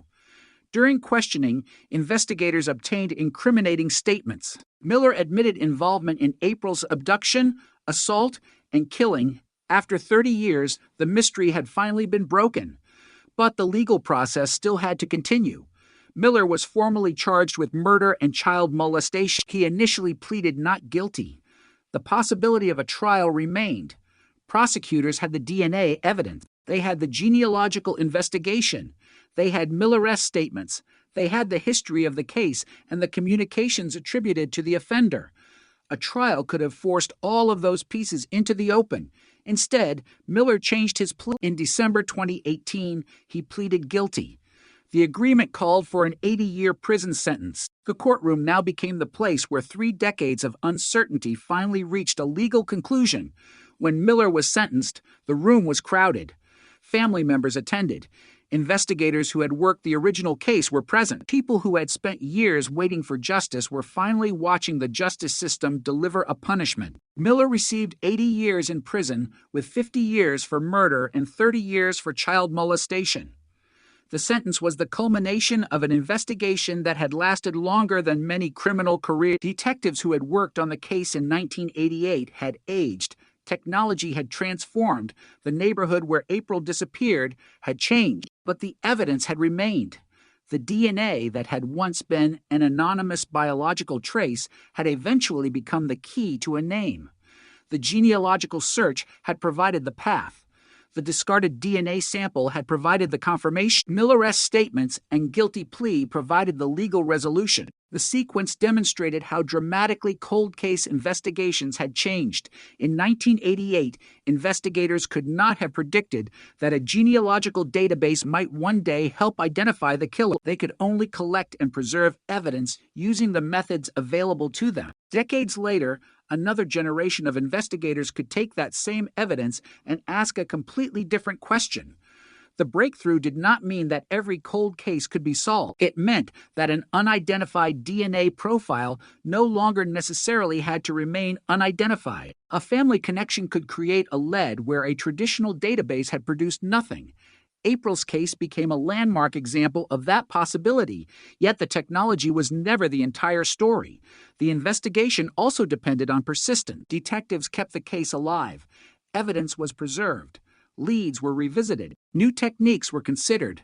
When genetic genealogy became available, investigators were willing to use it. The result was an identification that had seemed impossible for 30 years. The emotional significance was even greater because April had been only 8 years old. Her life had ended before she had the opportunity to grow up. Her family had been forced to live with that absence while also carrying the unanswered question of who had taken her. For years, they had no defendant to confront and no courtroom in which to hear the accused acknowledge responsibility. The guilty plea changed that. It could not undo April's death. It could not restore the future she had lost, but it established accountability. The person responsible had been identified, arrested, prosecuted, and sentenced. The case had moved through every stage that investigators had once hoped to reach, and perhaps most importantly, April's name was no longer attached only to the phrase unsolved murder. The case had a conclusion. The cold case had been closed through evidence that had survived for 30 years. The DNA had done what investigators could not accomplish in 1988. It had connected an unknown offender to a family. The family connection led to a suspect. The suspect's DNA confirmed the forensic link. The arrest followed. Then came the confession, the guilty plea, and finally, the 80-year sentence. The chain was complete. But the most haunting detail remained the simplest. The evidence had been there all along. For 30 years, it had waited in silence. The killer had lived his life believing that the passage of time could protect him. Instead, time allowed science to catch up with him. The technology he could not have anticipated became the tool that exposed him. And on the day John Miller entered his guilty plea, the mystery that had begun with a missing 8-year-old girl finally had an answer. April Tinsley's killer was no longer a faceless stranger in an old case file. He was a convicted murderer serving an 80-year sentence. The investigation had taken 30 years, but the evidence had never forgotten. The guilty plea brought a legal conclusion to the murder of April Tinsley, but it could not erase the years that came before it. For 3 decades, April's name had been associated with an unanswered question. Who had taken her? Who had killed her? And why had the person responsible been able to remain unidentified for so long? The answers finally emerged through a combination of preserved evidence, persistent investigation, genetic genealogy, and the eventual confession of John D. But even after the courtroom delivered its sentence, the case continued to raise a larger and more disturbing question.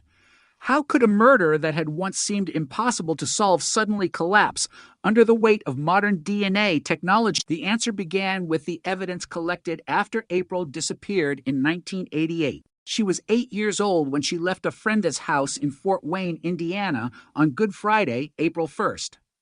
She was supposed to return home after retrieving an umbrella. Instead, she disappeared. Her mother reported her missing, and a massive search began.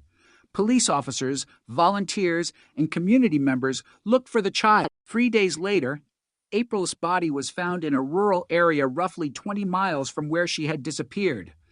The discovery ended the search, but began one of Indiana's most haunting homicide investigations. Detectives had to determine what had happened during the hours between April's disappearance and the discovery of her body. They collected evidence. They interviewed witnesses. They developed leads. They created a composite sketch based on information from a witness who reported seeing a man forcing a girl into a vehicle, yet none of those efforts produced the identity investigators needed. The offender remained unknown. The case slowly became a cold case, but it never truly disappeared. The name April Tinsley remained in police files, newspaper reports, memories, and family conversations. Then, 2 years after the murder, the person investigators believed was responsible made a bizarre decision. A message was written on a barn door near the location where April's body had been found. The writer claimed responsibility for her death and threatened another murder. It was a chilling act because it suggested that the offender was still following the case. Instead of disappearing completely, he was deliberately communicating. Investigators had to wonder why. Was the message intended to frighten the community? Was the writer seeking attention? Was he trying to convince investigators that he was still watching? Or was it simply another expression of the same behavior that had led to April's murder? Whatever the motive, the message became part of the case. Then came another disturbing development. In 2004, more communications appeared around Fort Wayne. Notes were left at residences and on bicycles belonging to young girls. Used condoms and Polaroid photographs were included with some of the messages. The communications referred to April and suggested a connection to the original murder. Investigators believed they were dealing with the same offender. The case had now produced evidence stretching across 16 years. The killer had apparently not forgotten April. He had continued to communicate, leaving behind material that investigators could preserve and examine. One photograph showed a green paisley-patterned bedspread. Detectives investigated possible locations where that bedspread might have been found. They examined hotels and other places. They looked at Polaroid cameras and attempted to trace possible sources. They investigated people whose criminal histories or behavior might fit the evidence. Yet the offender continued to remain unidentified. The FBI eventually joined local authorities in a major renewed investigation. In 2009, investigators conducted an extensive review of the case. Old information was re-examined, new interviews were conducted, DNA samples were collected from potential suspects. Investigators were attempting to find the connection that earlier generations had missed, but traditional DNA searches still produced no definitive identification. The biological evidence existed, but the offender arrest profile did not match a known person in the relevant databases. This was the wall that investigators repeatedly hit. The DNA could identify the offender scientifically, but only if there was something to compare it against. Without a direct match, the profile remained anonymous. That changed with genetic genealogy. Investigators began using the unidentified DNA profile in a genealogical search. Instead of asking whether the offender was already known to law enforcement, they searched for relatives who shared portions of the genetic profile. A distant relative could potentially provide a path toward the offender. Researchers could then construct family trees and follow the branches. The process was complex. Genetic relationships had to be interpreted carefully. People had to be eliminated based on age, location, sex, and other known circumstances. Investigators had to avoid confusing a genetic relative with the actual offender. The objective was to find a person whose DNA could then be tested directly. Eventually, the investigation narrowed toward two brothers. One of those brothers was John D. Miller. Investigators had enough information to consider him a serious candidate, but they still needed direct forensic confirmation. Detectives collected discarded DNA associated with Miller. The comparison with the evidence from April's case produced the crucial match. The unidentified profile had found its identity. Miller was arrested on July 15, 2018. The arrest was shocking because of the amount of time that had passed. 30 years had separated the crime from the moment police finally took the suspect into custody. For the public, the arrest demonstrated the power of modern forensic science. For investigators, it demonstrated the value of preserving evidence and refusing to abandon a case simply because conventional methods had failed. And for April's family, it meant something even more personal. The person accused of killing her had finally been found. But the investigation did not end at the moment of arrest. Detectives interviewed Miller, and he made statements implicating himself in April's abduction, assault, and killing. The evidence was now stronger than it had ever been. There was the original biological evidence. There was the genealogical pathway. There was the direct DNA match. There were Miller arrest statements. And there was the long history of communications that investigators believed had come from April's killer. The case was no longer a mystery without a suspect. It was a prosecution with multiple forms of evidence pointing in the same direction. Miller initially pleaded not guilty, leaving open the possibility of a trial, but the case never reached a jury. In December 2018, Miller pleaded guilty to murder and child molestation. The plea brought the decades-long investigation to a legal conclusion. He was sentenced to 80 years in prison, including 50 years for murder and 30 years for child molestation. The sentence represented the final stage of a case that had survived longer than many people expected. But even that finality could not completely resolve the emotional damage caused by April's death. Justice and healing are not the same thing. A conviction can establish responsibility. A sentence can impose punishment, but neither can restore the life that was taken. April would always remain 8 years old in the memory of those who knew her. The years she should have lived would never return. Her family would always carry the knowledge of what happened. The guilty plea could not change that. What it did change, the uncertainty. For 30 years, the family had lived without knowing who had killed April. The case had no definitive offender. There was no courtroom admission. There was no sentence. That uncertainty finally ended. The case also changed the understanding of what a cold case could become. In the past, an unsolved murder could remain unsolved indefinitely if detectives exhausted conventional leads. Once evidence went cold, investigators might have little reason to believe anything would change. Genetic genealogy challenged that assumption. A DNA profile that had remained unidentified for decades could become the starting point for a new investigation. The technique could reveal relatives, family trees, and previously invisible connections. The offender might never have submitted his own DNA to police, yet a relative could unknowingly provide the key. That was the extraordinary lesson of April's case. Miller did not have to walk into a police station and provide his DNA. He did not have to confess before investigators knew who he was. His genetic family connections created the path. The final DNA comparison then provided the confirmation. The case became a demonstration of how modern forensic investigation could reach backward through time.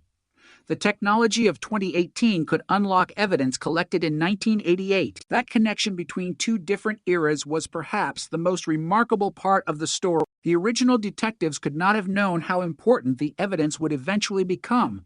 They could only collect what they could find and preserve it. Their work created the foundation for investigators 30 years later. The newer investigators could then build on that foundation using tools the original detectives never had. The case, therefore, belonged to two generations of investigators. One generation searched for a killer using the methods of the late 20th century. Another generation used genetic genealogy to finish what the first generation could not. The evidence connected them. The story also carried a warning for criminals who believe that time is an ally. Time can weaken a case, but it can also strengthen the ability of investigators to analyze evidence. Technology rarely moves backward. DNA science became more sophisticated. Databases expanded. Genealogical research became more powerful. Investigative teams became more experienced in using these tools. An offender who escapes identification in one decade may face a completely different investigative landscape in the next. April's killer had remained unidentified for 30 years. Then the technology caught up with the evidence. The case also demonstrated the importance of persistence. Cold case investigations require investigators to return to old evidence with fresh eyes. They must be willing to reconsider assumptions and use tools that were unavailable when the crime occurred. April's case was not solved because someone discovered a magical clue overnight. It was solved because decades of evidence and investigative work eventually converged. The final breakthrough may have looked sudden, but the foundation had been built over 30 years. April's disappearance, the search, the discovery of her body, the original investigation, the 1990 message, the 2004 communications, the FBI review, the preserved DNA, the genetic genealogy, the family tree, the discarded sample, the DNA match, the arrest, the confession, the guilty plea, the sentence. Each event became another link in a chain that eventually reached the truth, and that truth was painful. April Tinsley was murdered in 1988. John D. Miller was identified and arrested 30 years later. He admitted his role and received an 80-year sentence. The mystery was over. But April's story remained more than the story of a cold case solved by DNA. It became a reminder that behind every forensic profile is a human life, and behind every case number is a family waiting for answers. Technology may identify a killer, but it cannot replace the years that were stolen. What it can do is ensure that evidence does not remain silent forever. In April's case, the evidence waited for 30 years. Then, finally, it spoke. The sentence imposed on John D. Miller brought a legal ending to a case that had begun with a terrifying disappearance 3 decades earlier.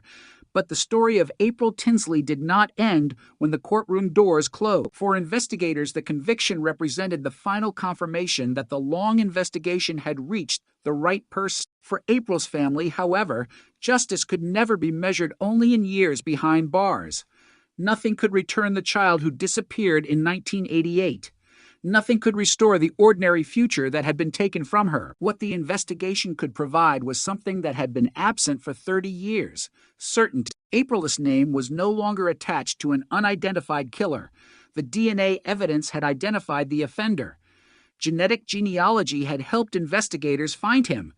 The direct forensic comparison had confirmed the connection. Miller had confessed, pleaded guilty, and received an 80-year sentence. The case that had once seemed almost impossible to solve had finally reached a conclusion.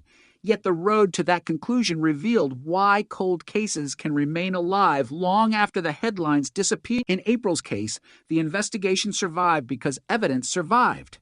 That principle is easy to overlook when a crime is decades old. People change, neighborhoods change, technology changes, witnesses age, memories fade, detectives retire, files move from one office to another. But physical evidence can remain exactly where investigators left it, waiting for a future that no one can predict. In 1988, the detectives working April's murder could not know that genetic genealogy would become one of the most powerful tools in American cold case investigation. They could not know that a DNA profile that failed to produce a conventional match might one day reveal a family network. They could not know that the evidence collected during their investigation would eventually be examined through technology that had not yet been developed. They could only do what investigators have always done: collect evidence, preserve it, document it, and hope that one day it would lead somewhere. For years, it did not. The case remained frustratingly unresolved. Then the investigative landscape changed. Genetic genealogy created an entirely new route toward identification. Instead of searching only for the offender, investigators could search for relatives. That distinction was revolutionary. A person who had never appeared in a criminal database could still have biological relatives whose DNA had entered a genealogy database for entirely different reasons. Family history, something people used to learn about their ancestors, could become an investigative pathway. That possibility transformed the April Tinsley case. The unidentified DNA profile was no longer trapped inside a conventional database search. It could be examined through relationships. Researchers could look for shared genetic segments. They could construct family trees. They could identify branches that might contain the unknown offender. But the process required extraordinary care. A genetic relative was not automatically a suspect. A family connection did not establish guilt. It merely created a direction for investigators to pursue. The investigators still had to determine who could realistically be connected to the crime. They had to consider age, location, family relationships, and the known facts surrounding April's murder. That process eventually brought John D. Miller into focus. The next step was crucial. Investigators needed a sample that could be compared directly with the forensic evidence. They obtained discarded DNA connected to Miller. The laboratory comparison produced the result that had eluded investigators for 3 decades. The DNA matched. The invisible biological trail had finally reached a name. Miller's arrest in July 2018 was therefore not simply the conclusion of a police investigation. It was the moment when 2 generations of forensic science collided. Evidence from 1988 met technology from the 21st century. The original investigators had gathered material without knowing exactly how future scientists might use it. Decades later, investigators were able to extract information from that material that had previously been beyond reach. The case became an example of why detectives continue to preserve evidence even when an investigation appears to have reached a dead end. A dead end in one era may become a starting point in another. That concept is central to cold case work. Investigators are not always searching for entirely new evidence. Sometimes they are searching for a new way to understand old evidence. April's case demonstrated that distinction with unusual clarity. The evidence had not suddenly appeared in 2018. It had been there for decades. What changed was the ability to connect it to a person. The communications associated with the case added another layer to the investigation. In 1990, a message appeared near the location where April's body had been found. Years later, additional notes and photographs appeared around Fort Wayne. Those communications had terrified the community and frustrated investigators. They also created a strange record of the offender's behavior. Someone connected to April's murder seemed determined to remind investigators that he was still present. The communications were disturbing because they suggested confidence. Whoever was behind them appeared to believe that he could communicate without revealing his identity. He could leave a message and disappear. He could create fear without exposing himself. For years, that confidence appeared justified. The killer remained unidentified. But every communication also created another piece of evidence. The offender could not know what future investigators might learn from the material he left behind. He could not know how forensic science would evolve. He could not know that investigators would eventually be able to use genetic relationships to identify him. The very evidence he left behind would become part of the history that ultimately surrounded his arrest. The story therefore contains an unsettling irony. The passage of time may have convinced the offender that the investigation was fading, but the investigation was not truly gone. It was waiting. Detectives continued to maintain the case. Federal investigators later became involved. Evidence remained available. New forensic techniques emerged, and eventually someone looked at the evidence from a different angle. That is often how cold cases are solved.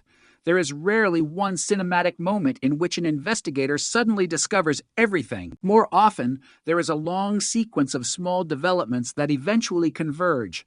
A preserved sample, a new database, a genealogical map, a family tree, a suspect, a discarded object, a laboratory comparison, a police interview, a confession, a guilty plea. Each event may appear ordinary by itself. Together, they can transform an impossible case into a solved one. April's case followed that pattern. The final breakthrough was dramatic, but the groundwork had been laid decades earlier. That reality also places the spotlight on the original investigators. When a cold case is solved decades later, the people who began the investigation may not receive the same attention as the technology that finally produced the identification. Yet their work remains essential. They searched for April. They documented the crime scene.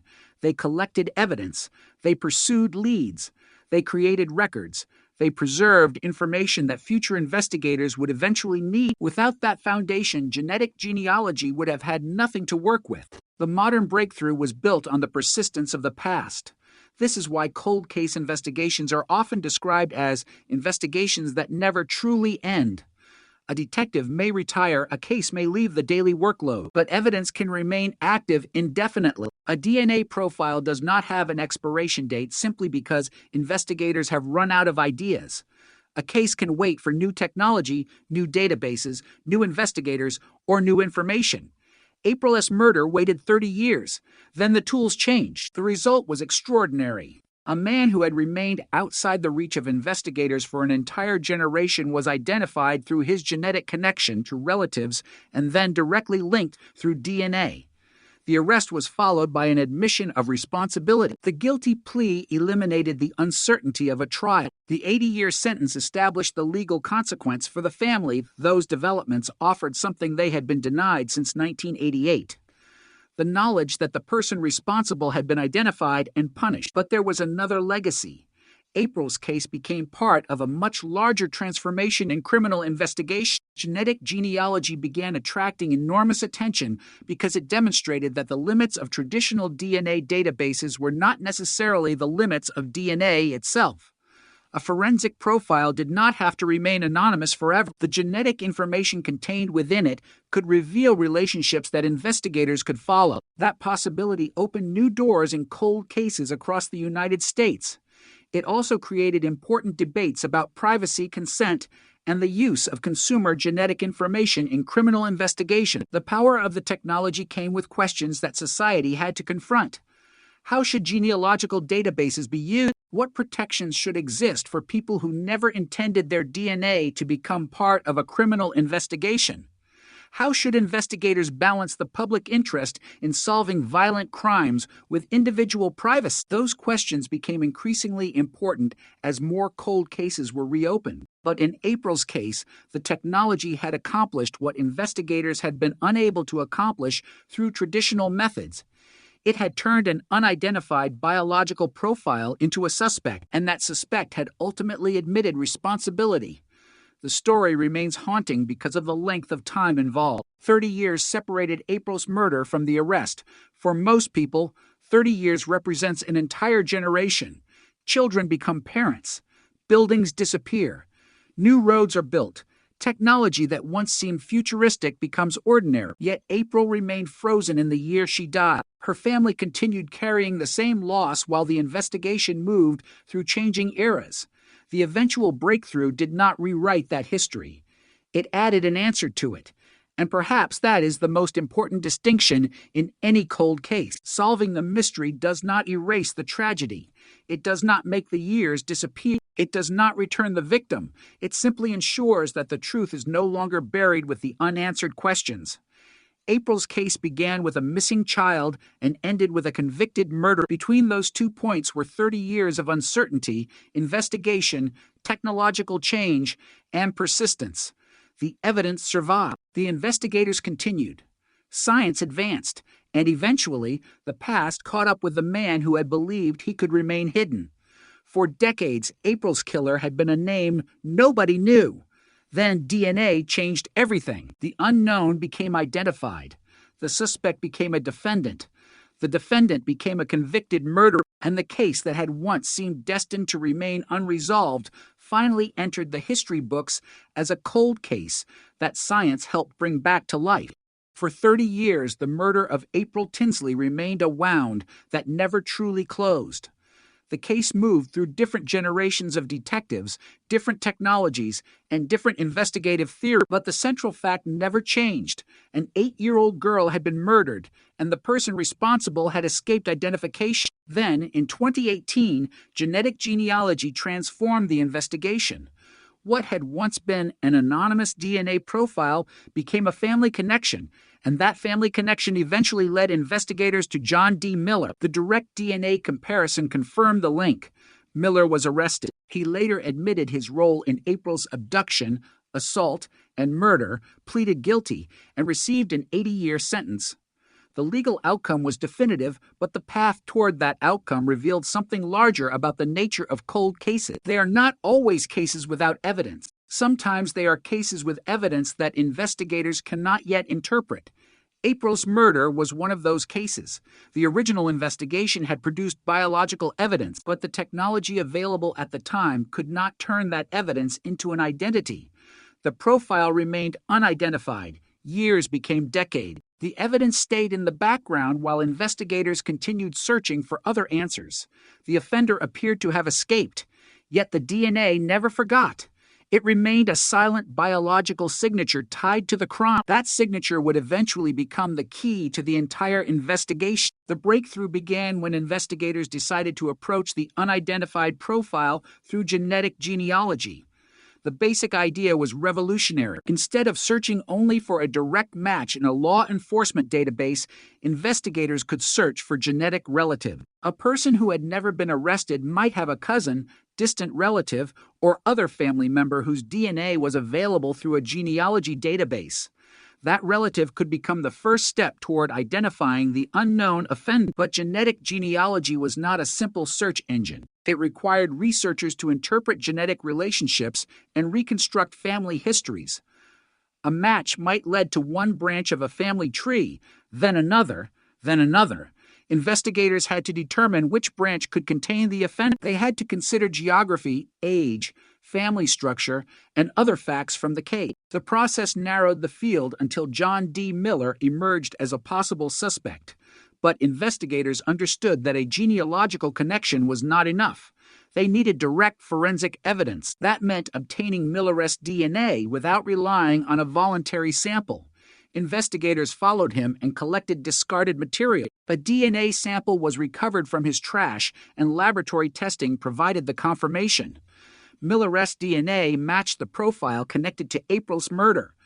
The result was extraordinary because the profile had remained unidentified for 30 years. A piece of biological evidence collected in the late 1980s had finally been linked to a living person in the modern era. The arrest followed on July 15th, SIL 2018. The investigation that had seemed frozen for decades suddenly moved forward. Miller was taken into custody and questioned. According to investigators, he admitted involvement in April's murder. The statements added a human voice to evidence that had previously been silent. For years, detectives had been trying to understand what happened to April. Now the man accused of killing her was describing his role. The case no longer depended entirely on reconstruction. The offender himself was acknowledging responsibility. Yet the investigation had not simply solved itself through DNA. The final result depended on a combination of persistence and technology. The original detectives had preserved the evidence. Later, investigators had reopened the case. Federal and local authorities had reviewed old leads. Genetic genealogists had examined the DNA. Detectives had traced the genealogical information to Miller. Forensic scientists had confirmed the match. Each group had performed a different part of the investigation. The breakthrough was the result of those efforts converging. That is one of the most important lessons from April's case. Cold case work is rarely a single dramatic discovery.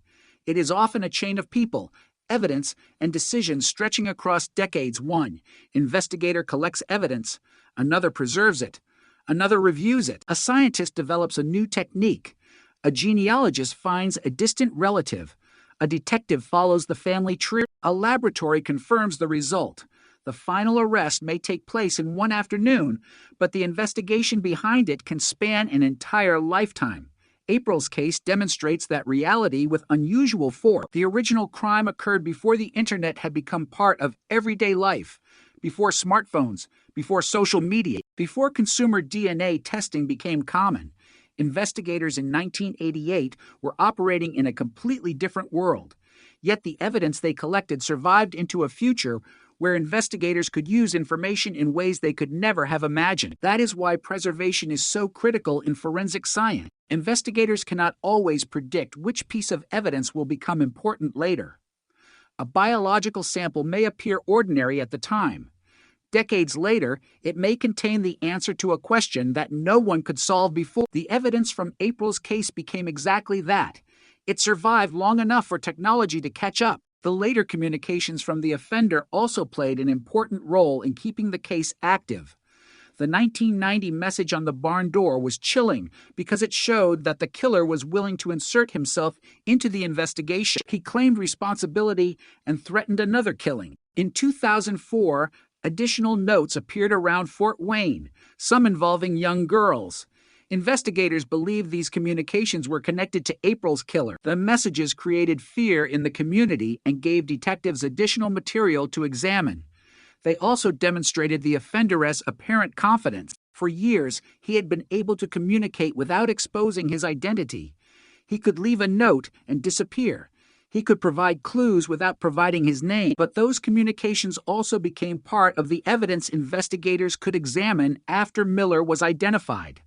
The irony was striking. The killer appeared to believe that he controlled the investigation. Yet the traces he left behind became part of the historical record that eventually surrounded him. His communications did not protect him forever. His DNA did not protect him forever. Time did not protect him forever. Technology eventually connected the pieces. When Miller pleaded guilty in December 2018, the 30-year mystery entered a new stage of finality. He admitted to murder and child molestation and received an 80-year sentence. The case no longer required a jury to determine whether the evidence proved his guilt. His plea provided the legal conclusion. For April's family, that moment must have carried an extraordinary mixture of emotions. There was the knowledge that the man responsible was finally being punished. There was also the painful reality that the truth had arrived 30 years too late to save April. Justice can establish accountability, but it cannot reverse time. The sentence could not restore the child who had disappeared on Good Friday in 1988.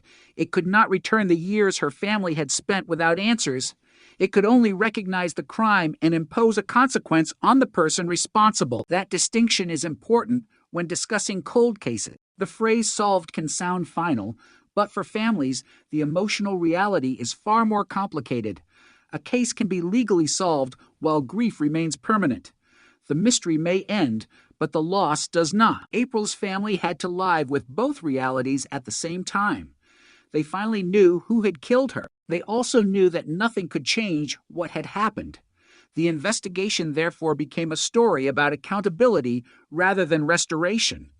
The broader impact of the case extended beyond the courtroom. Genetic genealogy was becoming increasingly important in investigations involving unidentified remains, sexual assaults, and murders where DNA evidence had survived but conventional searches had failed. April's case demonstrated that the technology could work even when the offender had never been identified through traditional means. It showed that an investigator did not necessarily need a direct database match.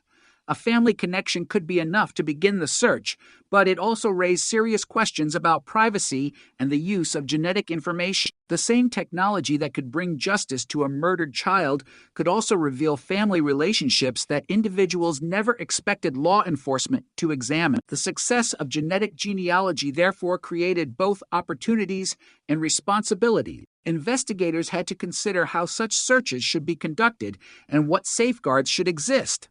The technology was powerful precisely because DNA contains so much information about relationships that power required careful use. April's case became part of the growing history of that debate, yet behind the scientific discussion was still the individual story. April was not a DNA profile. She was a child. She had a family. She had friends. She had a future that was never allowed to happen. The investigation began because people refused to let her disappearance become just another forgotten case. Detectives searched for her. Volunteers joined the search. Investigators preserved evidence. Years later, new detectives continued the work. The case survived because people kept returning to it. That persistence mattered. Technology provided the final key, but technology could not decide which case deserved another look. Human beings had to make that decision. They had to believe that an old case could still be solved. They had to recognize that evidence collected decades earlier might still contain answers. They had to be willing to use new tools when old methods failed. That combination of human determination and scientific advancement eventually changed everything. The story of April Tinsley, therefore, became more than a murder investigation. It became a demonstration of how justice can travel across time.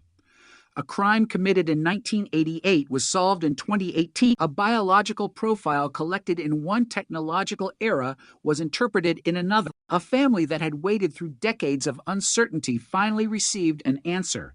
And a man who had remained unidentified for 30 years was finally forced to confront the evidence that had followed him all that time. The case was no longer a mystery.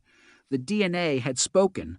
The family tree had pointed toward a suspect. The laboratory had confirmed the connection.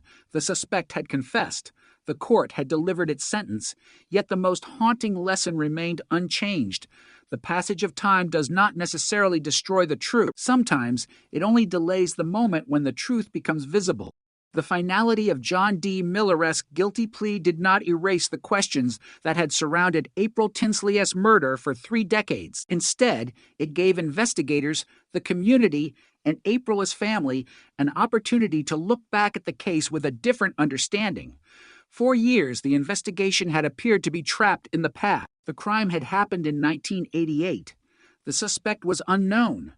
Traditional investigative methods had failed to produce an arrest, yet the evidence had never stopped existing. It had simply been waiting for investigators to develop a way to read it differently. That distinction became the defining feature of April's case. The breakthrough was not created from nothing. It came from evidence that had survived from the original investigation and from investigators who refused to accept that an unidentified killer would remain unidentified forever. April's murder began as a local tragedy in Fort Wayne, Indiana. She was 8 years old when she disappeared on April 1st, SIL, 1988. Her disappearance triggered a massive search. Police and volunteers looked for her throughout the area. The search ended 3 days later when her body was discovered in a rural location approximately 20 miles from where she had vanished. The case immediately became a homicide investigation, but the identity of the killer remained unknown. Detectives worked through leads and interviewed people who might have information. A witness provided a description that contributed to a composite sketch. Investigators searched for vehicles, suspects, and possible connections, but the evidence did not produce the answer. The case slowly became one of those investigations in which every passing year seemed to make a solution less likely. Yet the case continued to generate disturbing developments. In 1990, a message was found on a barn near where April's body had been discovered. The message claimed responsibility for her death and threatened another murder. Investigators took the message seriously. It appeared to come from someone who knew details of the crime and wanted authorities to know that the person responsible was still capable of violence. Years later, in 2004, more communications appeared in Fort Wayne. Notes were left at homes and on bicycles belonging to young girls. Used condoms and Polaroid photographs accompanied some of the material. The communications referred to April. Investigators believe the person responsible for these messages was the same individual responsible for her murder. The case now had an unusual combination of evidence: a decades-old homicide, biological material, threatening communications, photographs, and an offender who appeared to be deliberately taunting the investigation. Yet even with all of that, investigators still lacked the one thing they needed most. They did not know his name. The FBI later became involved in a renewed investigation. Detectives reviewed old information, conducted interviews, and examined possible suspects. The investigation continued to search for a conventional DNA match, but the profile did not identify anyone through the databases available at the time. This was the problem that had kept the case frozen. The DNA could establish that the same biological profile was associated with the crime, but without a matching individual, investigators had nowhere to go. Then genetic genealogy offered a new route. The unidentified DNA profile could be examined for genetic relationships. Instead of asking whether the offender was already in a police database, investigators could ask whether someone related to him was in a genealogical database. That subtle change in strategy opened a completely new investigative door. The process involved tracing genetic connections and building family trees. Investigators gradually narrowed the possible family lines. Eventually, attention focused on John D. Miller. But the investigation did not end with that discovery. Detectives needed direct confirmation. They obtained discarded DNA associated with Miller. The laboratory comparison produced the match. The biological evidence from April's case was consistent with Miller's DNA. The 30-year mystery had finally been reduced to one identifiable person. Miller was arrested in July 2018. The arrest sent shock waves through Fort Wayne because of the extraordinary amount of time that had passed. April's murder had become part of the community's collective memory. Many people had grown up knowing her name. Some had assumed the killer would never be identified. Now, police were announcing that they believed they had found him. The investigation had finally crossed the line between an unsolved case and an active prosecution. Miller was questioned by investigators and made statements acknowledging his involvement. The evidence and the statements created a powerful case, but Miller initially pleaded not guilty, meaning that a trial remained possible. Prosecutors prepared to present the evidence. The defense would have had the opportunity to challenge it. A jury could have been asked to consider the DNA, the investigation, and Miller's statements. Instead, Miller changed his plea. In December 2018, he pleaded guilty to murder and child molestation. He was sentenced to 80 years in prison. The sentence brought legal closure to a case that had remained unresolved for 30 years. The significance of the guilty plea was enormous. Investigators no longer had to rely solely on forensic reconstruction. The defendant himself had accepted responsibility.